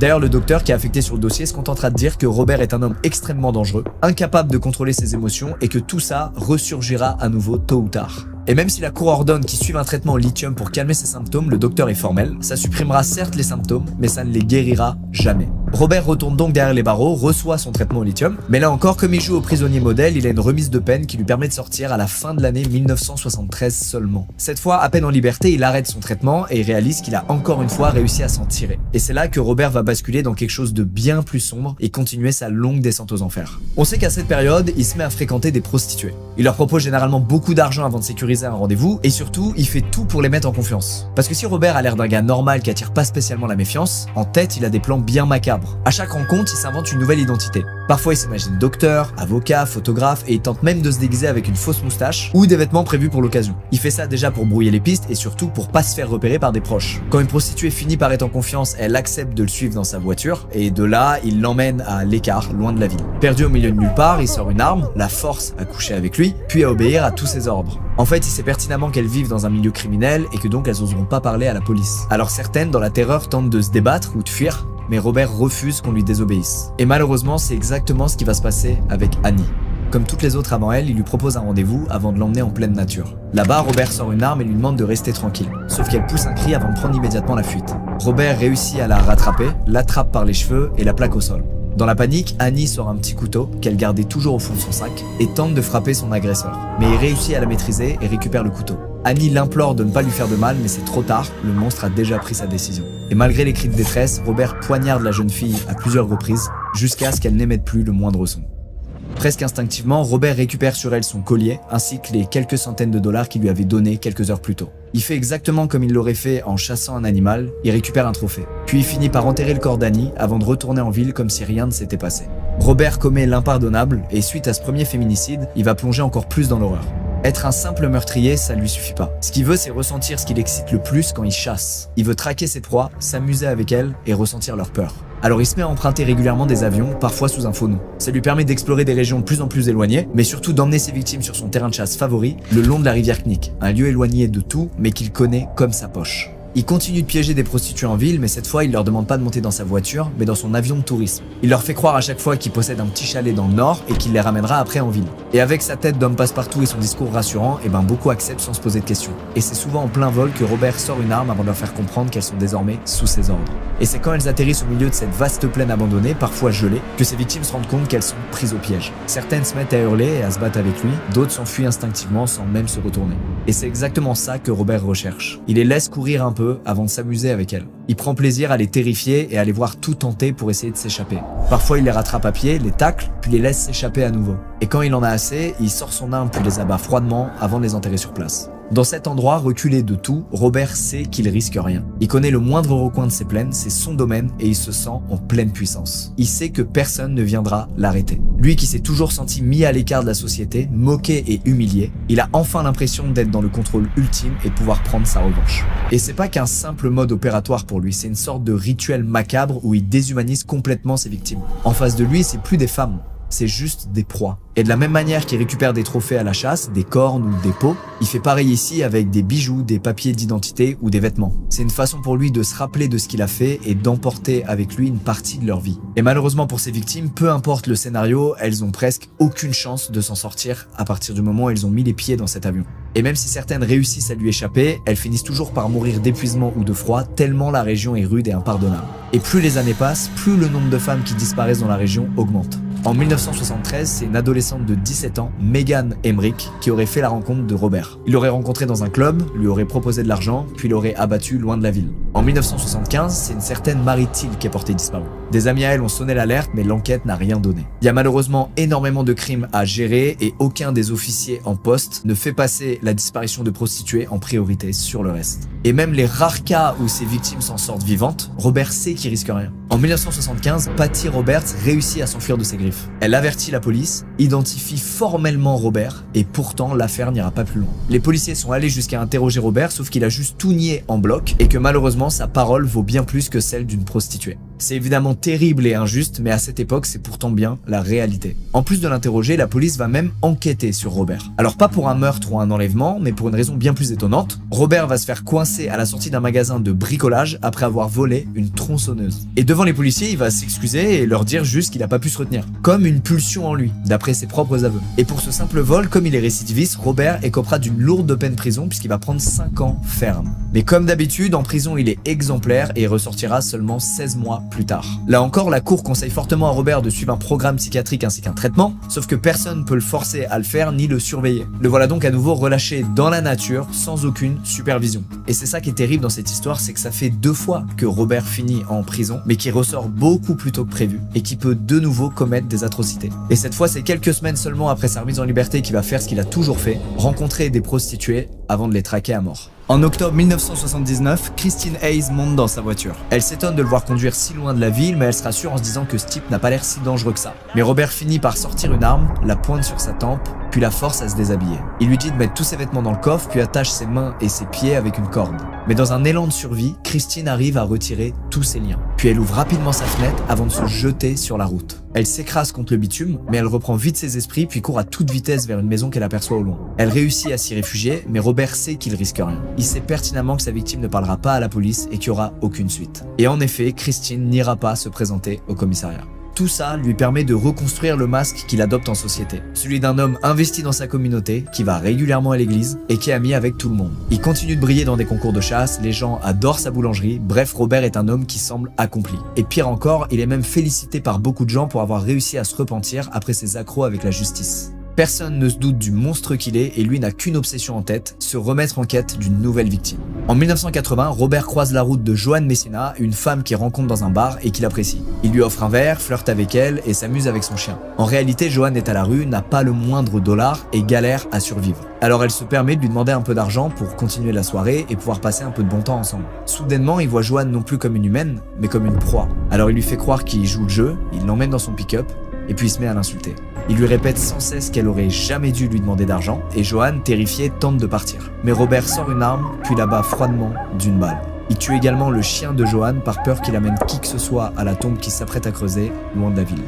Malgré tout, Robert comprend pas pourquoi il fait tout ça. Pourquoi il veut absolument tuer des femmes et pourquoi il y retourne à chaque fois. Il hésite à se confesser à son église, à chercher un médecin pour l'aider ou à en parler à sa femme, mais il sait que ça sonnerait la fin de sa liberté et il refuse que qui que ce soit découvre tout ça. Pourtant, la lumière risque enfin d'être faite à son sujet. Parce qu'en 1980, la police commence à découvrir certains des corps qu'il a enterrés, notamment celui d'Annie, l'une de ses premières victimes. Le corps est dans un tel état de décomposition que la police n'arrive pas à l'identifier. Ils mettent au point ce portrait robot et retrouvent quelques-uns de ses effets personnels dans cette tombe de fortune. Malheureusement, rien à ce stade ne permet encore de les mettre sur la trace de son meurtrier. Et puis un peu plus tard, c'est des chasseurs de la région qui vont tomber sur 2 corps. L'un est lacéré de coups de couteau et l'autre est à moitié nu, sans blessure apparente mais complètement gelé. Pour les enquêteurs, pas de doute, il s'agit d'une victime qui a tenté de fuir mais qui est morte à cause de la météo. Face à ces nombreuses découvertes, la police commence enfin à ouvrir tous les dossiers de disparition qui s'empilaient. Ils découvrent que parmi les femmes qui disparaissent régulièrement, beaucoup travaillaient dans des strip clubs ou sont des prostituées à Anchorage. En parallèle, la police mène des recherches de grande envergure dans toute la région pour retrouver d'autres corps et ils en retrouvent plusieurs qui ont toutes la même caractéristique. Ils sont souvent criblés de balles et toujours avec des cartouches de 223. La police arrive donc à connecter tous ces meurtres, ce qui veut dire qu'il y a donc bien un tueur en série qui rôde dans la région. Un tueur capable d'emmener ses victimes loin de tout, puis de les traquer à mort. Pour autant, Robert de son côté est toujours pas inquiété et continue encore et toujours de piéger des femmes. En 1981, Sherry Morrow accepte de monter dans sa voiture. Il compte l'emmener jusqu'à l'aérodrome, puis le long de la rivière Knik, le fameux terrain qu'il connaît par cœur, mais sa voiture s'embourbe en route et il est obligé de s'arrêter. Il s'apprête à descendre pour vérifier l'état de ses roues, mais Sherry l'attaque par surprise. Elle lui griffe le visage, elle tente de lui percer les yeux. Un véritable combat à mort s'engage. Sherry sait qu'elle aura pas la force de lutter longtemps contre Robert, donc elle finit par prendre la fuite. Mais Robert réussit à la plaquer au sol avant de l'abattre froidement d'une balle dans la tête. Et comme toutes les autres avant elle, il l'enterre dans une tombe de fortune avant de récupérer un bijou sur son corps et tout son argent. Le 13 juin 1983, alors que sa femme et ses enfants partent en vacances en Arkansas, Robert se met en quête de trouver une nouvelle victime. En réalité, à chaque absence de sa famille, il en profite pour assouvir ses terribles pulsions. Il sort dans l'un des clubs de la ville et il fait la rencontre d'une certaine Kitty. Et contrairement à d'autres femmes, il décide de l'inviter directement chez lui. Une maison banale de l'extérieur mais qui laisse apercevoir un véritable repère de chasseurs inquiétant dès qu'on en pousse la porte d'entrée.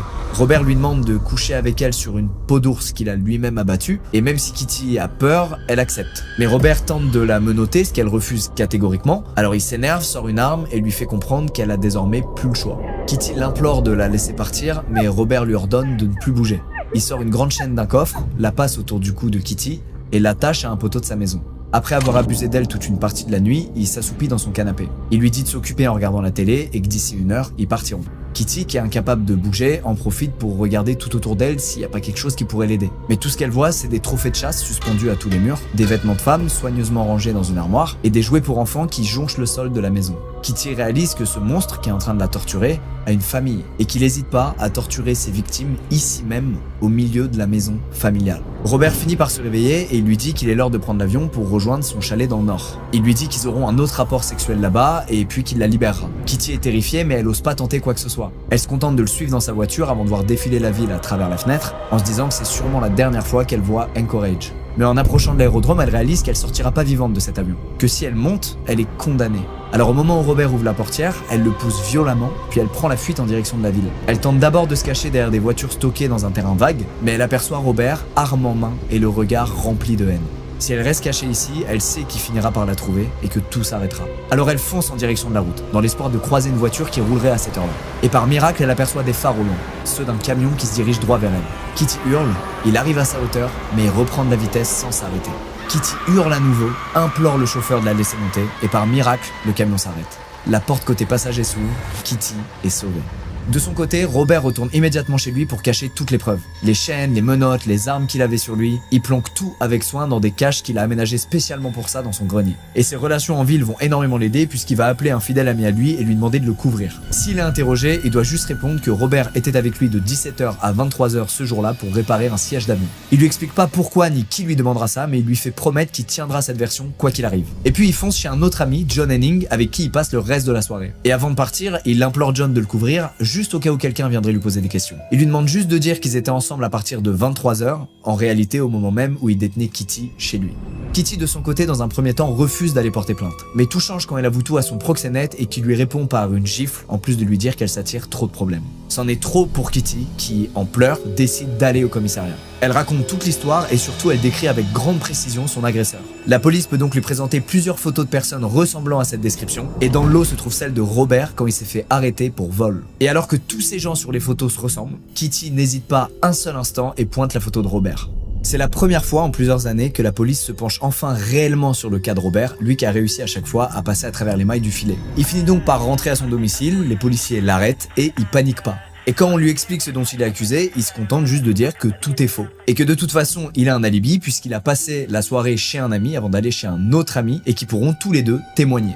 Pour montrer patte blanche, il propose même aux policiers de visiter sa maison, alors qu'ils n'ont pas de mandat, et de fouiller tous ses véhicules. En apparence, Robert n'a rien à cacher. En poussant la porte de chez lui, les policiers découvrent son antre absolument bizarre. Ils y voient tous ses trophées de chasse, ainsi que tout un tas de stocks d'armes à feu qu'il utilise pour chasser, mais rien de tout ça n'est illégal. Alors ils peuvent pas tout fouiller dans le détail, ils ont pas de mandat, mais pendant cette simple visite, ils manquent de tomber sur l'une des chaînes qu'a utilisé Robert pour attacher Kitty, et dont elle a parlé pendant son audition. Et pire encore, il va commencer à essayer de blaguer avec les policiers en leur disant que de toute façon, il est impossible de violer une prostituée. Malgré tout ça, les enquêteurs n'ont aucune preuve tangible et les deux amis de Robert, qui sont deux personnes très bien placées à Anchorage, confirment sa version des faits. Et les policiers ont beau fouiller toute sa vie, ils découvrent que des éléments qui le protègent. Robert est apprécié de toute la communauté, il a une femme, des enfants et il semble en règle avec tout. Et surtout, il a aucune mention dans son casier judiciaire.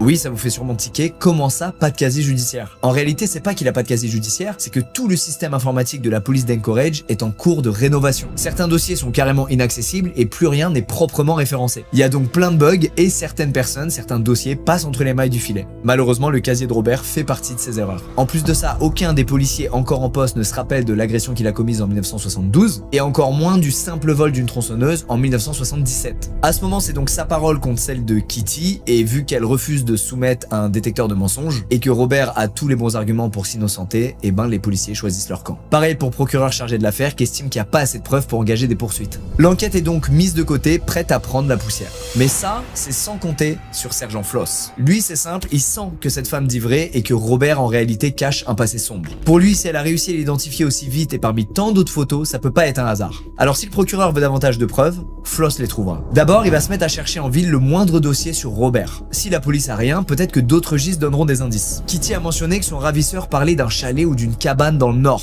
Mais Floss a beau chercher, le nom de Robert Hansen ne ressort jamais. Au final, ce chalet, c'est peut-être juste une excuse pour amadouer les filles loin de la ville. Sauf que pendant ses recherches, il entend parler d'une histoire de cambriolage dans plusieurs cabanons de la région. Rien de très inquiétant en soi, mais qui sait, il y a peut-être une piste à creuser. Le sergent Floss file donc directement voir l'un des propriétaires, un chasseur qui s'est fait voler du matériel électronique. Alors déjà, l'homme s'étonne de le voir, puisque la police a été d'aucune aide jusqu'à présent, étant donné que faute de moyens humains, les dossiers pour cambriolage sont mis en bas de la pile. Et donc entre-temps, le chasseur et ses amis ont mené un peu leur propre enquête. Et c'est là où ça devient intéressant, puisque apparemment le voleur venait toujours en avion, et donc en menant leur propre enquête, ils ont décidé de faire tout le tour des aérodromes de la région, avant de reconnaître le modèle précis qui venait les piller. Et en checkant les registres, ils ont découvert que cet avion appartenait à un certain Robert Hansen. Robert rôde donc régulièrement dans la région et s'amuse à cambrioler des cabanons. En découvrant ça, Floss se demande donc comment ce gars qui cambriole des cabanons ne peut pas déjà avoir un casier judiciaire, et il se dit qu'il y a forcément un policier qui a déjà entendu parler de lui. Alors il a l'idée de contacter un ancien officier qui entre-temps a pris sa retraite, un certain Major Gilmour. Il a une très longue carrière derrière lui et c'est simple, en entendant le nom de Robert Hansen, il va se mettre à rire. Et s'il se marre, c'est parce qu'il sait que le gars a un casier judiciaire long comme le bras, aussi bien pour cambriolage que pour agression et tentative d'enlèvement avec une arme à feu. Le sergent Floss avait donc vu juste dès le début et avait vu que Kitty disait la vérité. Ce boulanger modèle que tout le monde apprécie cache en réalité un passé bien plus sombre. Et Floss est convaincu qu'il pourra enfin le faire tomber en rassemblant des éléments sur son passé criminel. Le problème, rappelez-vous, c'est qu'avec la restructuration des archives de la police, tout ce qui concerne Robert a été perdu. Floss a donc rien à se mettre sous la dent si ce n'est de simples cambriolages. Mais en étudiant en détail le dossier, il tique sur quelque chose. Il découvre que Robert a payé son avion actuel grâce à l'argent de son assurance, parce qu'il y a quelque temps, il a déclaré s'être fait voler quelques trophées de chasse. Et cette nouvelle, elle l'étonne un peu puisqu'il sait bien que les policiers, pourtant chez lui, ils ont vu énormément de trophées de chasse. Et de toute évidence, Robert en prend le plus grand soin. Il se demande donc s'il a pas menti sur ses vols pour monter une fraude à l'assurance et toucher un peu d'argent facile. Et avec ça, Floss peut maintenant présenter un dossier un peu plus solide au procureur. Là, c'est plus juste une personne qui l'accuse, c'est plusieurs témoins qui peuvent l'accuser pour des cambriolages, et avec en prime une suspicion de fraude à l'assurance qui peut être documentée. Ici, tout est traçable et prouvable, et ça pourrait justifier une perquisition plus poussée qui permettrait peut-être de trouver de quoi le faire tomber pour meurtre. En tout cas, face à tout ça, le procureur accepte et délivre un mandat d'arrêt contre Robert. Une équipe part immédiatement en direction de sa boulangerie où il travaille et l'interpelle sans accroc. Et comme d'hab, Robert est pas inquiet de voir la police débarquer, il pose aucune question et il reste silencieux jusqu'au commissariat. Chez lui, les officiers peuvent enfin tout retourner de fond en comble. Chaque centimètre carré de la maison est scruté au peigne fin et la tâche est pas simple, parce que chez Robert, il y a énormément d'objets, de recoins et de zones de stockage. Et c'est encore pire dans le grenier où il y a des centaines de caisses superposées et où c'est carrément impossible de se tenir debout. Plus de 14 heures après le début des fouilles et après avoir vidé l'intégralité du grenier, les officiers se mettent à arracher toutes les lattes et toute la mousse isolante. Rien n'est laissé au hasard, au point où le sergent Floss se demande s'il est pas juste en train de devenir complètement fou à chercher des preuves qui existent juste pas. Il se dit que peut-être que Robert est bel et bien innocent et que sa réputation de boulanger tranquille et respecté est méritée. Mais ça, c'est avant que Floss sente enfin quelque chose à travers une latte, calfeutrée dans un mur difficile d'accès. Et en déblayant toutes les lattes, il comprend qu'il vient enfin de tomber sur le gros lot. La cage de Robert.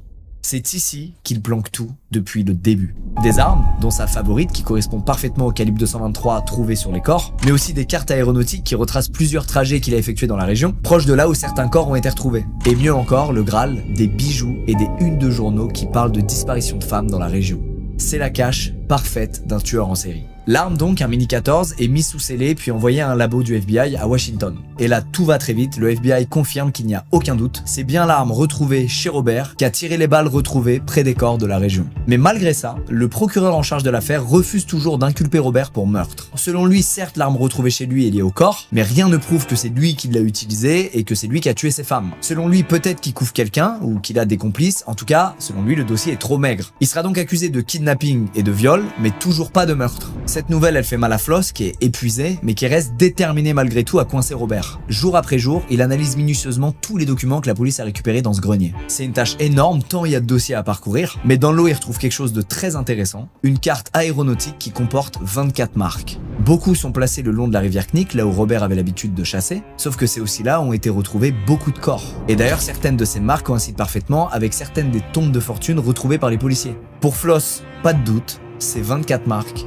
c'est 24 corps. Sauf qu'on est en plein hiver et malheureusement pour la police, c'est impossible d'aller sur place et encore moins de retrouver des corps. Le seul moyen qu'ils ont à disposition, c'est de mettre la pression sur Robert et de tenter de le faire avouer. Ils ont l'arme, les balles, la carte, les témoignages de toutes les femmes qui ont réussi à lui échapper. Faut juste réussir à le faire parler maintenant. Et en voyant tous ces éléments, c'est finalement l'avocat de Robert qui va faire avancer les choses. Robert plaidera coupable pour le meurtre de 4 des femmes s'il a la garantie d'être emprisonné dans une prison fédérale et pas une prison de haute sécurité. Les policiers acceptent sans se douter de ce qui les attend. Robert est désormais officiellement reconnu comme un meurtrier. Il a donc plus rien à perdre. Alors il accepte enfin de se livrer. Un à un, il indique avec précision les corps qu'il a enterrés. Il connaît les emplacements par cœur avec une précision déroutante. Il a tout gardé en tête pendant plus de 10 ans sans la moindre erreur. Au total, Robert marque plus de 16 sites sur toutes ses cartes. Mais le plus choquant pour les policiers, c'est pas l'ampleur de son massacre, c'est la façon dont il en parle. Ils considèrent pas ça comme des meurtres, mais comme un projet estival. Et il y a pire, parce que dans la logique tortueuse de Robert, c'est pas si grave de tuer des prostituées. C'est pour ça qu'il avoue tous les emplacements. Mais il en reste 4 dont il refuse de parler. Il dira rien à leur sujet et révélera jamais leur position exacte. Alors sur le moment, les policiers comprennent pas, et puis peu à peu, ils réalisent que Robert a sûrement dû tuer d'autres femmes que des prostituées. Et celles-ci, Robert, il a honte de les avoir tuées. Dans sa psychologie tordue, il refuse donc d'admettre leur meurtre. Le 27 février 1984, Robert passe enfin devant les jurés pour répondre de ses crimes. On l'accuse des 4 meurtres qu'il a avoués, ainsi que de tous les viols et enlèvements qu'il a commis sur plus de 10 ans. La cour tout entière est terrifiée en entendant le docteur en charge des autopsies prendre la parole. Comme d'autres officiers de police, il est convaincu que Robert a littéralement chassé une grande partie de ses victimes. Il est convaincu que pour lui, c'était même plus une question de gratification sexuelle, mais bien d'une question de toute puissance. Robert prenait revanche sur la vie en chassant des femmes qu'il ne considérait même plus comme humaines. Lui qui voulait laver son nom et repartir à zéro est devenu en réalité le tueur en série le plus meurtrier de toute l'histoire de l'Alaska. Sans surprise, le tribunal le condamne à une peine exemplaire de 461 années de prison, à laquelle s'ajoute une condamnation à vie, histoire de bien s'assurer qu'il meurt derrière les barreaux, loin de la société. À Anchorage, c'est un soulagement pour tout le monde et encore plus pour les familles des victimes. Et d'ailleurs, l'affaire a eu un tel impact là-bas que beaucoup de gens ont milité ensuite pour un retour de la peine de mort. 2 mois après le procès, avec la fonte des neiges, plein de policiers sont dépêchés dans la région à la recherche de corps, et les indications de Robert s'avèrent exactes. On retrouve 7 corps supplémentaires de femmes enterrées, là où Robert les avait précisément marqués sur la carte. Certains de ces corps étaient enterrés depuis plusieurs années, voire plus de 10 ans, et il a pourtant tout gardé en mémoire. Il se rappelle de chaque meurtre en détail, de chacune de ses parties de chasse, et de chaque tombe de fortune qu'il a creusée dans cette région désertique. Alors si le sergent Floss est évidemment très soulagé d'avoir réussi à coincer Robert, il est malgré tout affecté par le fait de pas réussir à retrouver tous les corps. Il sait que Robert a pas tout avoué et qu'il n'arrivera pas à retrouver des corps sans son assistance, puisque la région est beaucoup trop vaste et trop difficile d'accès pour mener des fouilles concluantes. Robert meurt finalement derrière les barreaux en 2014, 30 ans après sa condamnation, et le sergent Floss, qui était toujours en vie à ce moment-là, a déclaré à la presse que le monde est un endroit bien plus agréable depuis que Robert l'a quitté. On est le 1er novembre 1992 dans un quartier chic d'Antibes. À la tombée de la nuit, Eric, un homme de 35 ans, quitte son domicile et part faire une balade à vélo. Depuis quelques mois, il enchaîne les hospitalisations et il est vrai, il prend presque plus de temps pour lui. Alors il se dit que cette balade, ce serait une bonne occasion pour se changer les idées et pour se faire du bien. Eric prend son vélo puis part en ville. Il se vide enfin l'esprit, mais alors qu'il emprunte une petite rue mal éclairée, il entend derrière lui une voiture lancée à toute vitesse, puis c'est le trou noir complet. Eric vient d'être percuté par un véhicule qui a pris la fuite. Personne n'a vu le choc, tout le monde pense à un malheureux accident et l'histoire aurait pu s'arrêter là. Mais ce jour-là, ce qu'Eric savait pas, c'est qu'il était depuis plusieurs mois au cœur d'un terrible complot. Un piège qui devait à tout prix se refermer sur lui aujourd'hui.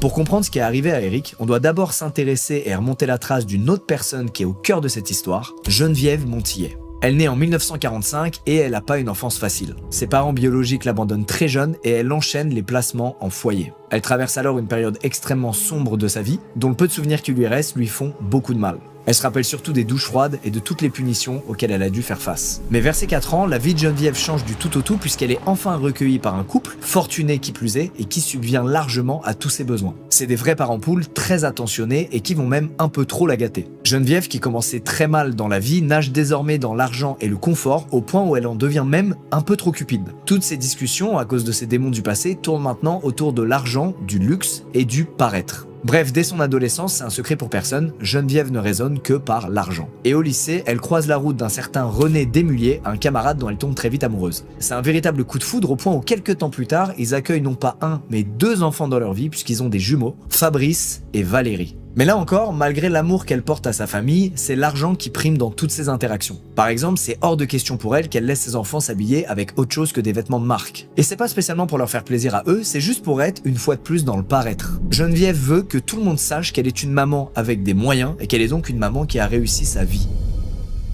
On n'a pas tous les détails sur cette époque, mais on sait une chose, c'est que René gagne convenablement sa vie. De son côté, il est cadre, et elle continue de bénéficier du soutien de ses parents. Mais cette situation, soudainement, elle va changer. Elle va changer puisque Geneviève se retrouve à devoir enchaîner les petits boulots, ce qu'elle n'a jamais eu besoin de faire avant. Il y a quelque chose qui a sûrement dû changer entre elle et ses parents, qui l'ont probablement poussée à se débrouiller par elle-même, et à subvenir d'elle-même à ses besoins. Geneviève rebondit et trouve un poste de secrétaire, et elle cumule aussi des heures de ménage dans différents hôtels de la région. Grâce à ses efforts et à ceux de René, tout va bien financièrement pour la famille, sauf que pour Geneviève, c'est pas assez. Et ça va lui causer du tort au point où elle va se faire licencier non pas une, mais 3 fois consécutivement, à chaque fois pour une histoire de chèque qu'elle aurait encaissé frauduleusement dans le dos de son employeur. Et comme si ça suffisait pas, elle se met aussi à embrigader ses propres enfants pour commettre des petits vols. Des fois c'est contre leurs voisins et des fois c'est carrément contre leur propre père. Geneviève sait que ses enfants risquent rien parce qu'ils sont encore mineurs, donc elle les envoie commettre des vols, mais à la fin, l'argent récupéré, il tombe dans sa poche à elle. Alors on parle de petits vols, mais quand même on est sur une maman qui pousse ses enfants au vol, alors qu'elle n'a même pas besoin de cet argent pour subvenir aux besoins de la famille. Et ces petits vols là, ils sont très révélateurs de ce qui va se jouer par la suite, puisqu'ils marquent le début d'une tournure vers quelque chose de beaucoup plus sombre pour Geneviève, qui vous l'avez compris est prête à tout pour s'enrichir. Une dizaine d'années après la naissance des jumeaux, Geneviève se reconvertit dans l'installation de télévision. Elle équipe plein de bâtiments publics, dont un hôpital psychiatrique dans lequel elle va faire une rencontre déterminante, celle du fameux Eric de Vrient. À l'époque, c'est un patient de l'hôpital qui a d'importants troubles psychiques, mais il a su taper dans l'œil de Geneviève. Eric est le fils d'un richissime banquier et il fait rien pour dissimuler sa fortune. Ferrari, vêtements de luxe, il passe jamais inaperçu. Geneviève lui parle donc par intérêt et elle finit même par le fréquenter dans le dos de René. Et c'est même plus vicieux que ça parce que Geneviève va finir par carrément tout avouer à René dans l'unique but de le pousser au divorce. Maintenant qu'elle a mis la main sur un amant bien plus riche que lui, elle veut sortir René de sa vie, sauf qu'il refuse. Il est prêt à subir la tromperie de sa femme si ça peut épargner ses enfants d'avoir à traverser le divorce de leurs parents. Et c'est malheureusement là que tout va peu à peu basculer dans l'horreur. Avec René dans les pattes, Geneviève comprend qu'elle pourra pas vivre son nouvel amour avec Eric. Elle va donc déposer une petite annonce dans un journal local à la recherche d'un coursier. Évidemment, elle cherche pas à livrer quoi que ce soit, elle cherche juste à éplucher des dizaines de profils de gens qui cherchent un petit boulot. Et elle va particulièrement s'attarder sur la lettre d'un sans-abri qui aurait bien besoin d'argent. Elle le convoque, puis lui explique très tôt qu'elle cherche tout simplement à faire assassiner son mari. Elle justifie cette demande en faisant croire qu'il est violent et qu'elle est à bout. Elle propose la somme de 300 000 francs à l'homme, soit l'équivalent de 70 000 € aujourd'hui. Une somme énorme que cette personne sans abri ne peut pas laisser passer et qui le pousse à accepter la mission. Il note quelques infos puis se dirige vers Paris où René travaille. Le plan est le suivant, dans 3 jours il l'attendra à la sortie de son travail, le suivra et l'assassinera. 3 jours plus tard, Geneviève reçoit un coup de fil en début de soirée, un numéro inconnu auquel elle répond pas. C'est le code qu'elle avait convenu avec son assassin qui devait l'appeler après avoir commis le sale boulot. Mais pourtant, quelques heures plus tard, René passe le pas de la porte et rentre chez lui, comme à son habitude. Geneviève se décompose en le voyant, avant de reprendre ses esprits et de l'accueillir comme si de rien n'était. De toute évidence, l'assassin n'a pas réussi sa mission. Le lendemain matin, c'est la police qui passe le pas de la porte, qui rentre chez elle et qui l'embarque. L'assassin a pris peur la veille de l'opération et il a tout balancé aux flics pour se blanchir. Les policiers l'ont malgré tout convaincu de suivre le plan de Geneviève à la lettre pour voir jusqu'où elle était prête à aller pour faire assassiner son mari. Elle est donc interrogée dans une salle annexe où elle avoue tout. Elle raconte qu'elle supportait pas que son mari refuse de divorcer et que d'après ses dires, c'était la seule option qui lui restait. En fait, elle prétend très cyniquement que René ne s'en serait jamais remis émotionnellement si c'était elle qui le quittait. Selon ses dires, elle lui faisait donc une fleur en le tuant. En apprenant ça, évidemment, René est sous le choc. Mais pour autant, il refuse de porter plainte. Encore une fois, il pense principalement à ses enfants, et lui qui avait déjà peur de les faire souffrir en leur faisant traverser un divorce, il peut pas imaginer leur avouer que leur mère a essayé de l'assassiner. Donc il entame aucune démarche. Et sans réel crime commis, Geneviève ne peut pas être condamnée, et donc elle ressort libre. Son casier reste vierge, et personne d'autre ne saura ce qu'elle a tenté de faire ce jour-là. Le couple retourne donc à leur domicile, et finissent même par redormir dans le même lit, dans une ambiance glaciale.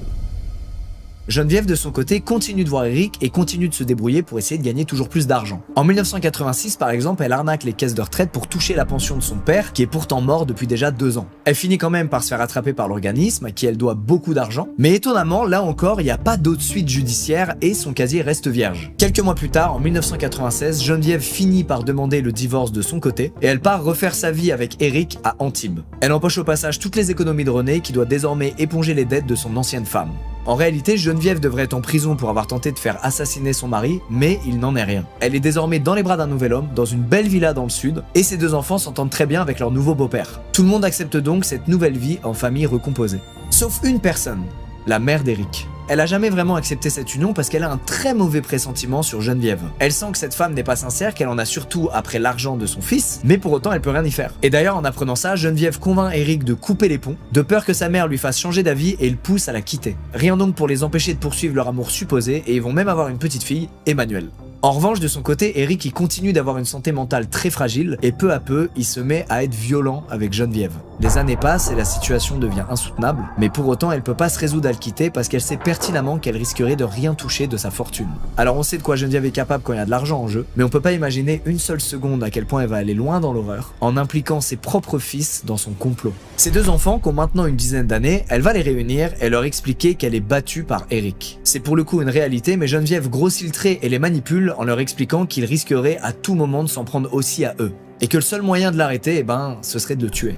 Elle n'évoque aucune autre option et elle leur monte la tête alors qu'ils ont seulement 10 ans. Elle sait qu'ils vont de temps en temps à la chasse avec lui et que ce serait évidemment l'alibi parfait. Il leur suffirait de chasser comme à leur habitude, puis de viser par erreur la tête de leur beau-père et d'appuyer sur la détente. Et si des policiers les interrogent, ils auront juste à dire que c'est un simple accident de chasse comme il y en a plein chaque année. Bref, elle leur répète qu'ils risquent rien et que c'est pour leur sécurité à tous. Et à cet âge-là, sans avoir aucun recul, évidemment les enfants acceptent puisqu'ils pensent faire ce qu'il faut pour protéger leur mère. Alors un week-end, comme prévu, Eric et les jumeaux partent à la chasse. Les enfants ont chacun une petite carabine à plomb faite pour chasser les oiseaux. Rien de très dangereux donc, à moins de viser quelqu'un à bout portant.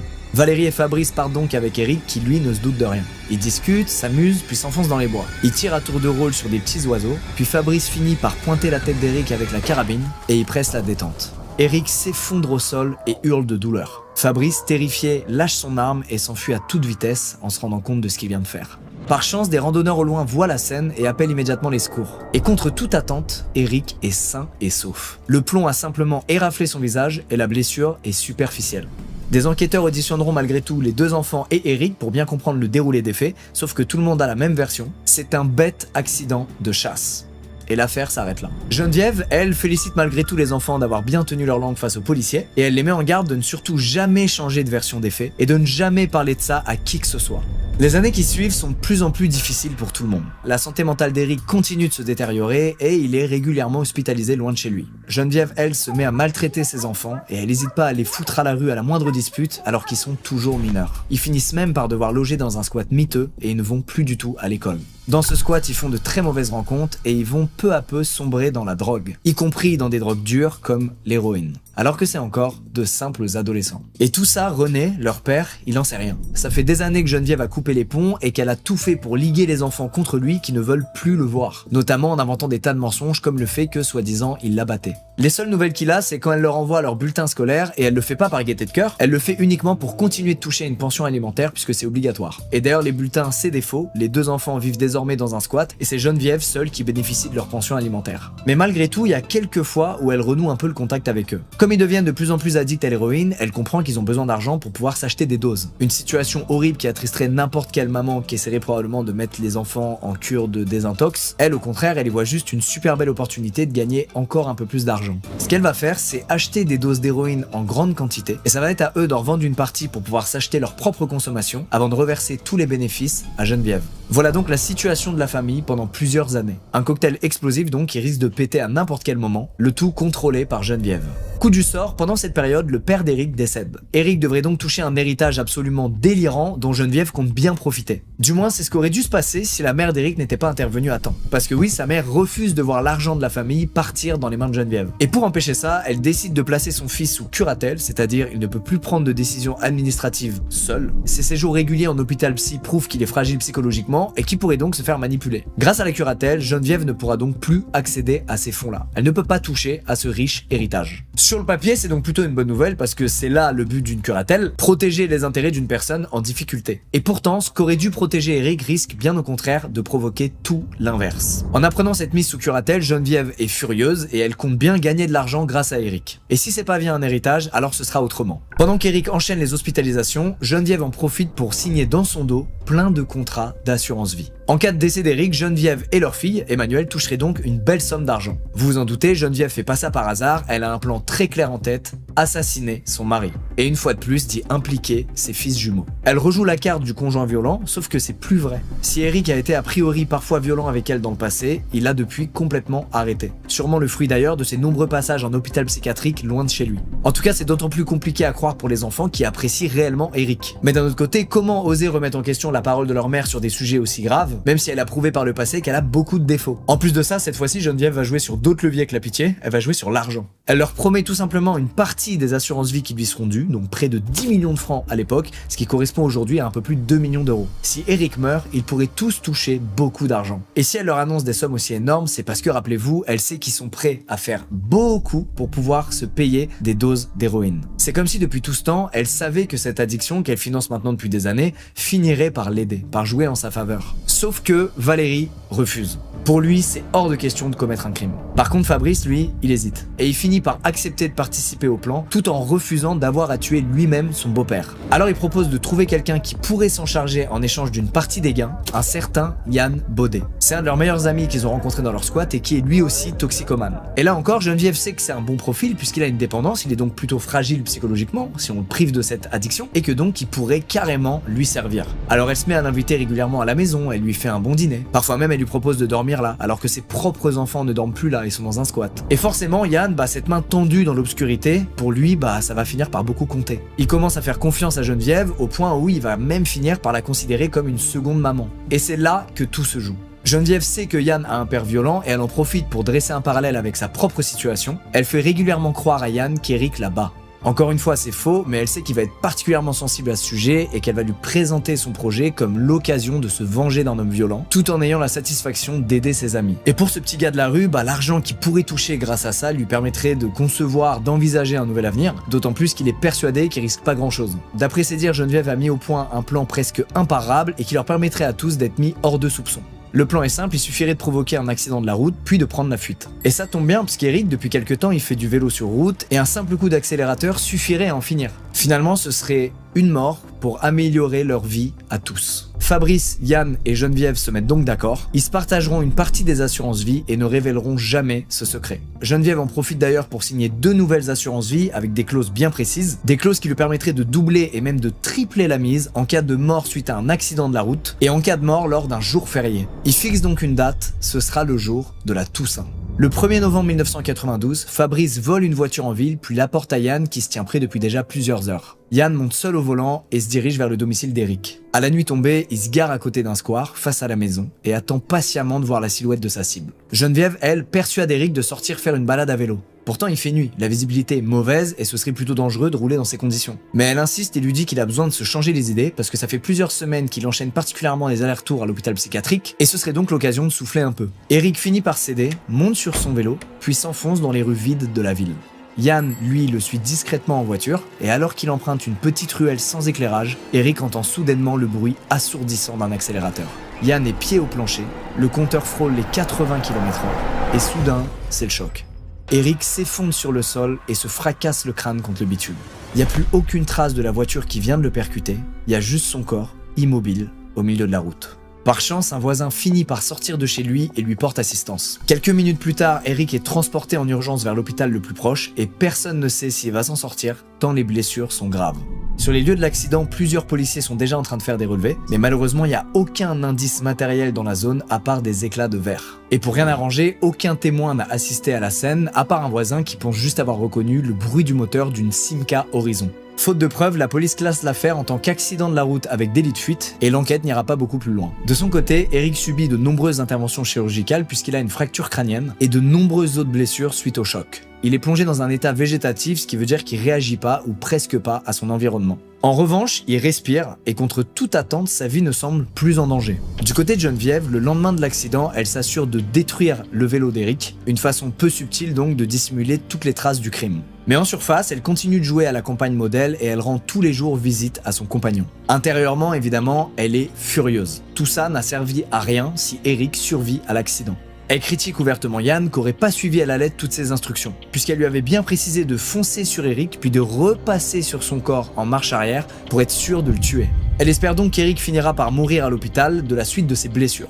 Sauf qu'il se passe tout l'inverse. Les jours passent et au contraire, son état se stabilise. Puis les jours se transforment en mois et Eric donne des signes de vie toujours plus encourageants. Et ça, Geneviève, elle peut pas l'accepter. Donc elle ordonne à Fabrice et Yann, selon ses propres mots, d'aller finir le boulot. Elle prend la route de l'hôpital, armée d'une seringue, et elle demande à Yann d'injecter une bulle d'air dans la perfusion d'Eric. Ça pourrait lui provoquer un arrêt cardiaque, sauf que Yann refuse catégoriquement et Fabrice lui quitte furieusement la chambre.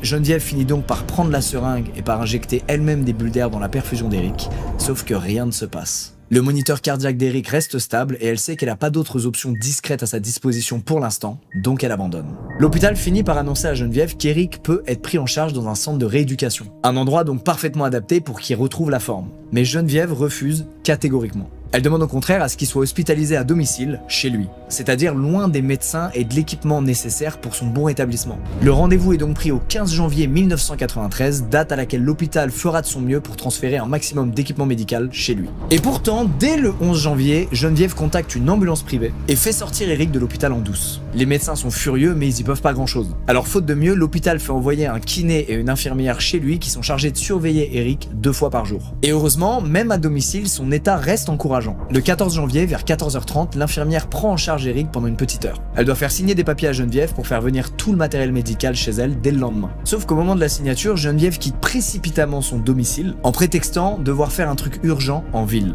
L'infirmière, étonnée, quitte la maison vers 15h30 et laisse derrière elle Eric et son fils Valérie. À 17h34, SOS Médecins reçoit un appel de Geneviève qui signale le décès de son mari.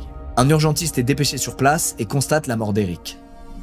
Pour lui, c'est un arrêt cardiaque. Il signe donc un avis de décès puis laisse la famille faire son deuil. Mais dès le lendemain, Geneviève fonce au cabinet du médecin et lui demande de faire modifier le certificat de décès. Elle affirme qu'il s'est étouffé en mangeant de la nourriture, rien à voir donc avec un arrêt cardiaque qui pourrait ne pas être relié à l'accident et qui pourrait donc ne pas être pris en charge par les assurances. C'est la version qu'elle donne au médecin qui comprend la situation. Il peut pas se douter que Geneviève ment et surtout il comprend que l'argent pourrait bien servir cette famille endeuillée. Il appelle malgré tout l'hôpital pour avoir un avis extérieur et les médecins lui confirment qu'il est plausible qu'il soit mort d'un étouffement et non pas d'un arrêt cardiaque. Le certificat de décès est changé et donc le décès d'Eric est maintenant imputable à son accident de la route. Sans perdre de temps, Geneviève fait incinérer le corps d'Eric. En revanche, elle met personne au courant de sa mort et de ses obsèques. Ni sa mère, ni ses proches, ni même sa fille.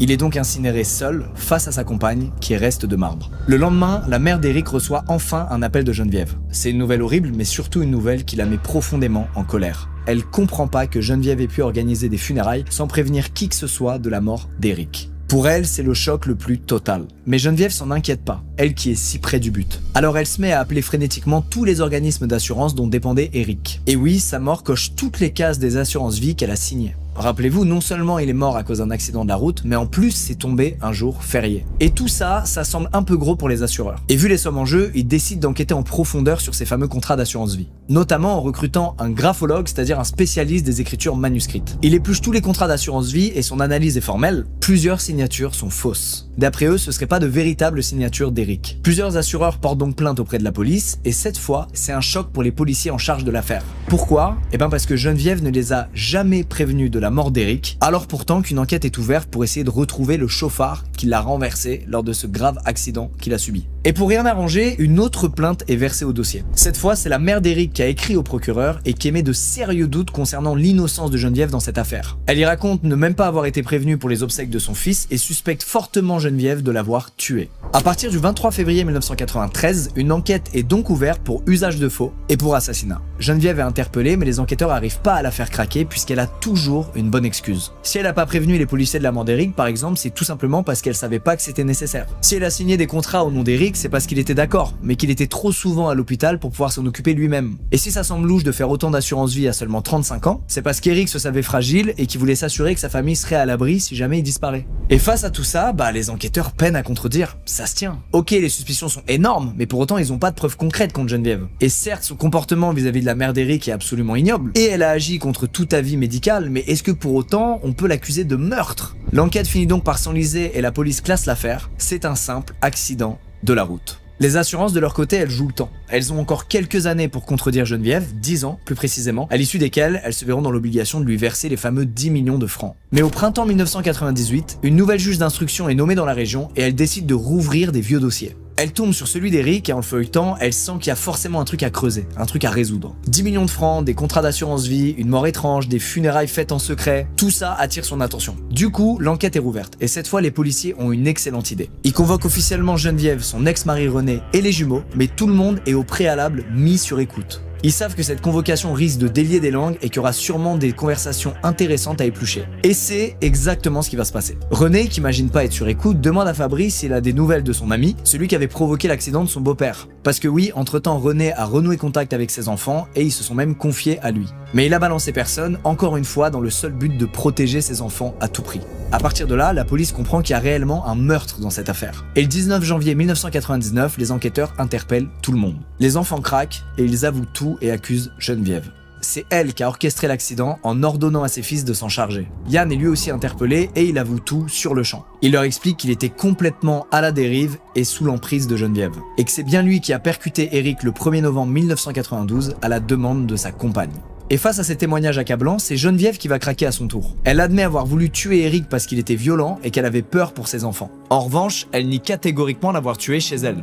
Ok pour l'accident de vélo, mais c'est tout. Sauf que malheureusement pour elle, les enquêteurs vont finir par reconstituer entièrement son profil. Son attrait immodéré pour l'argent, les fraudes qu'elle a pu commettre dans le passé, et également la tentative d'assassinat sur René, son ex-mari. À l'époque, les enquêteurs n'en avaient pas la moindre idée, puisque souvenez-vous, il n'y a pas eu de procédure judiciaire, et donc pas de casier, donc tout jouait en la faveur de Geneviève, du moins jusqu'à aujourd'hui, avant que René leur reparle de cette histoire. Et ce qui va achever Geneviève, c'est une écoute téléphonique dans laquelle on l'entend demander à sa voisine de mentir à la police en cas d'interrogatoire, et surtout de bien dire que Geneviève était avec elle le jour de la mort d'Eric. C'était son seul alibi jusque-là, basé sur le mensonge donc d'une voisine, mensonge dont la police a maintenant la preuve grâce à cette écoute, dans laquelle en plus il y a une phrase qui laisse peu de place au doute sur les motivations de Geneviève.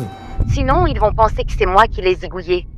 Geneviève, ses enfants et Yann sont donc placés en détention provisoire pour complicité de meurtre. Ils doivent être jugés en 2003 et passeront donc 3 ans derrière les barreaux en attendant leur procès. Mais pendant son incarcération, Geneviève revient entièrement sur ses propos. Elle finit par accuser Valérie d'avoir tué son beau-père et elle déclare que c'est Fabrice qui a tout orchestré depuis le début.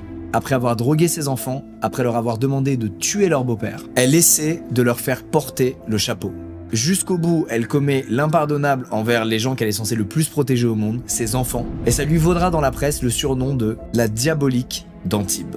Alors rassurez-vous, en 2003, lors du procès, personne croit à sa version. En plus de ça, un expert psychiatre estime qu'elle a bien toute sa tête et qu'elle est extrêmement douée pour manipuler ses proches. Geneviève, elle, se contente juste de se lever, de frapper violemment à la vitre qui la sépare du tribunal et d'accuser les avocats et ses propres fils d'être des menteurs.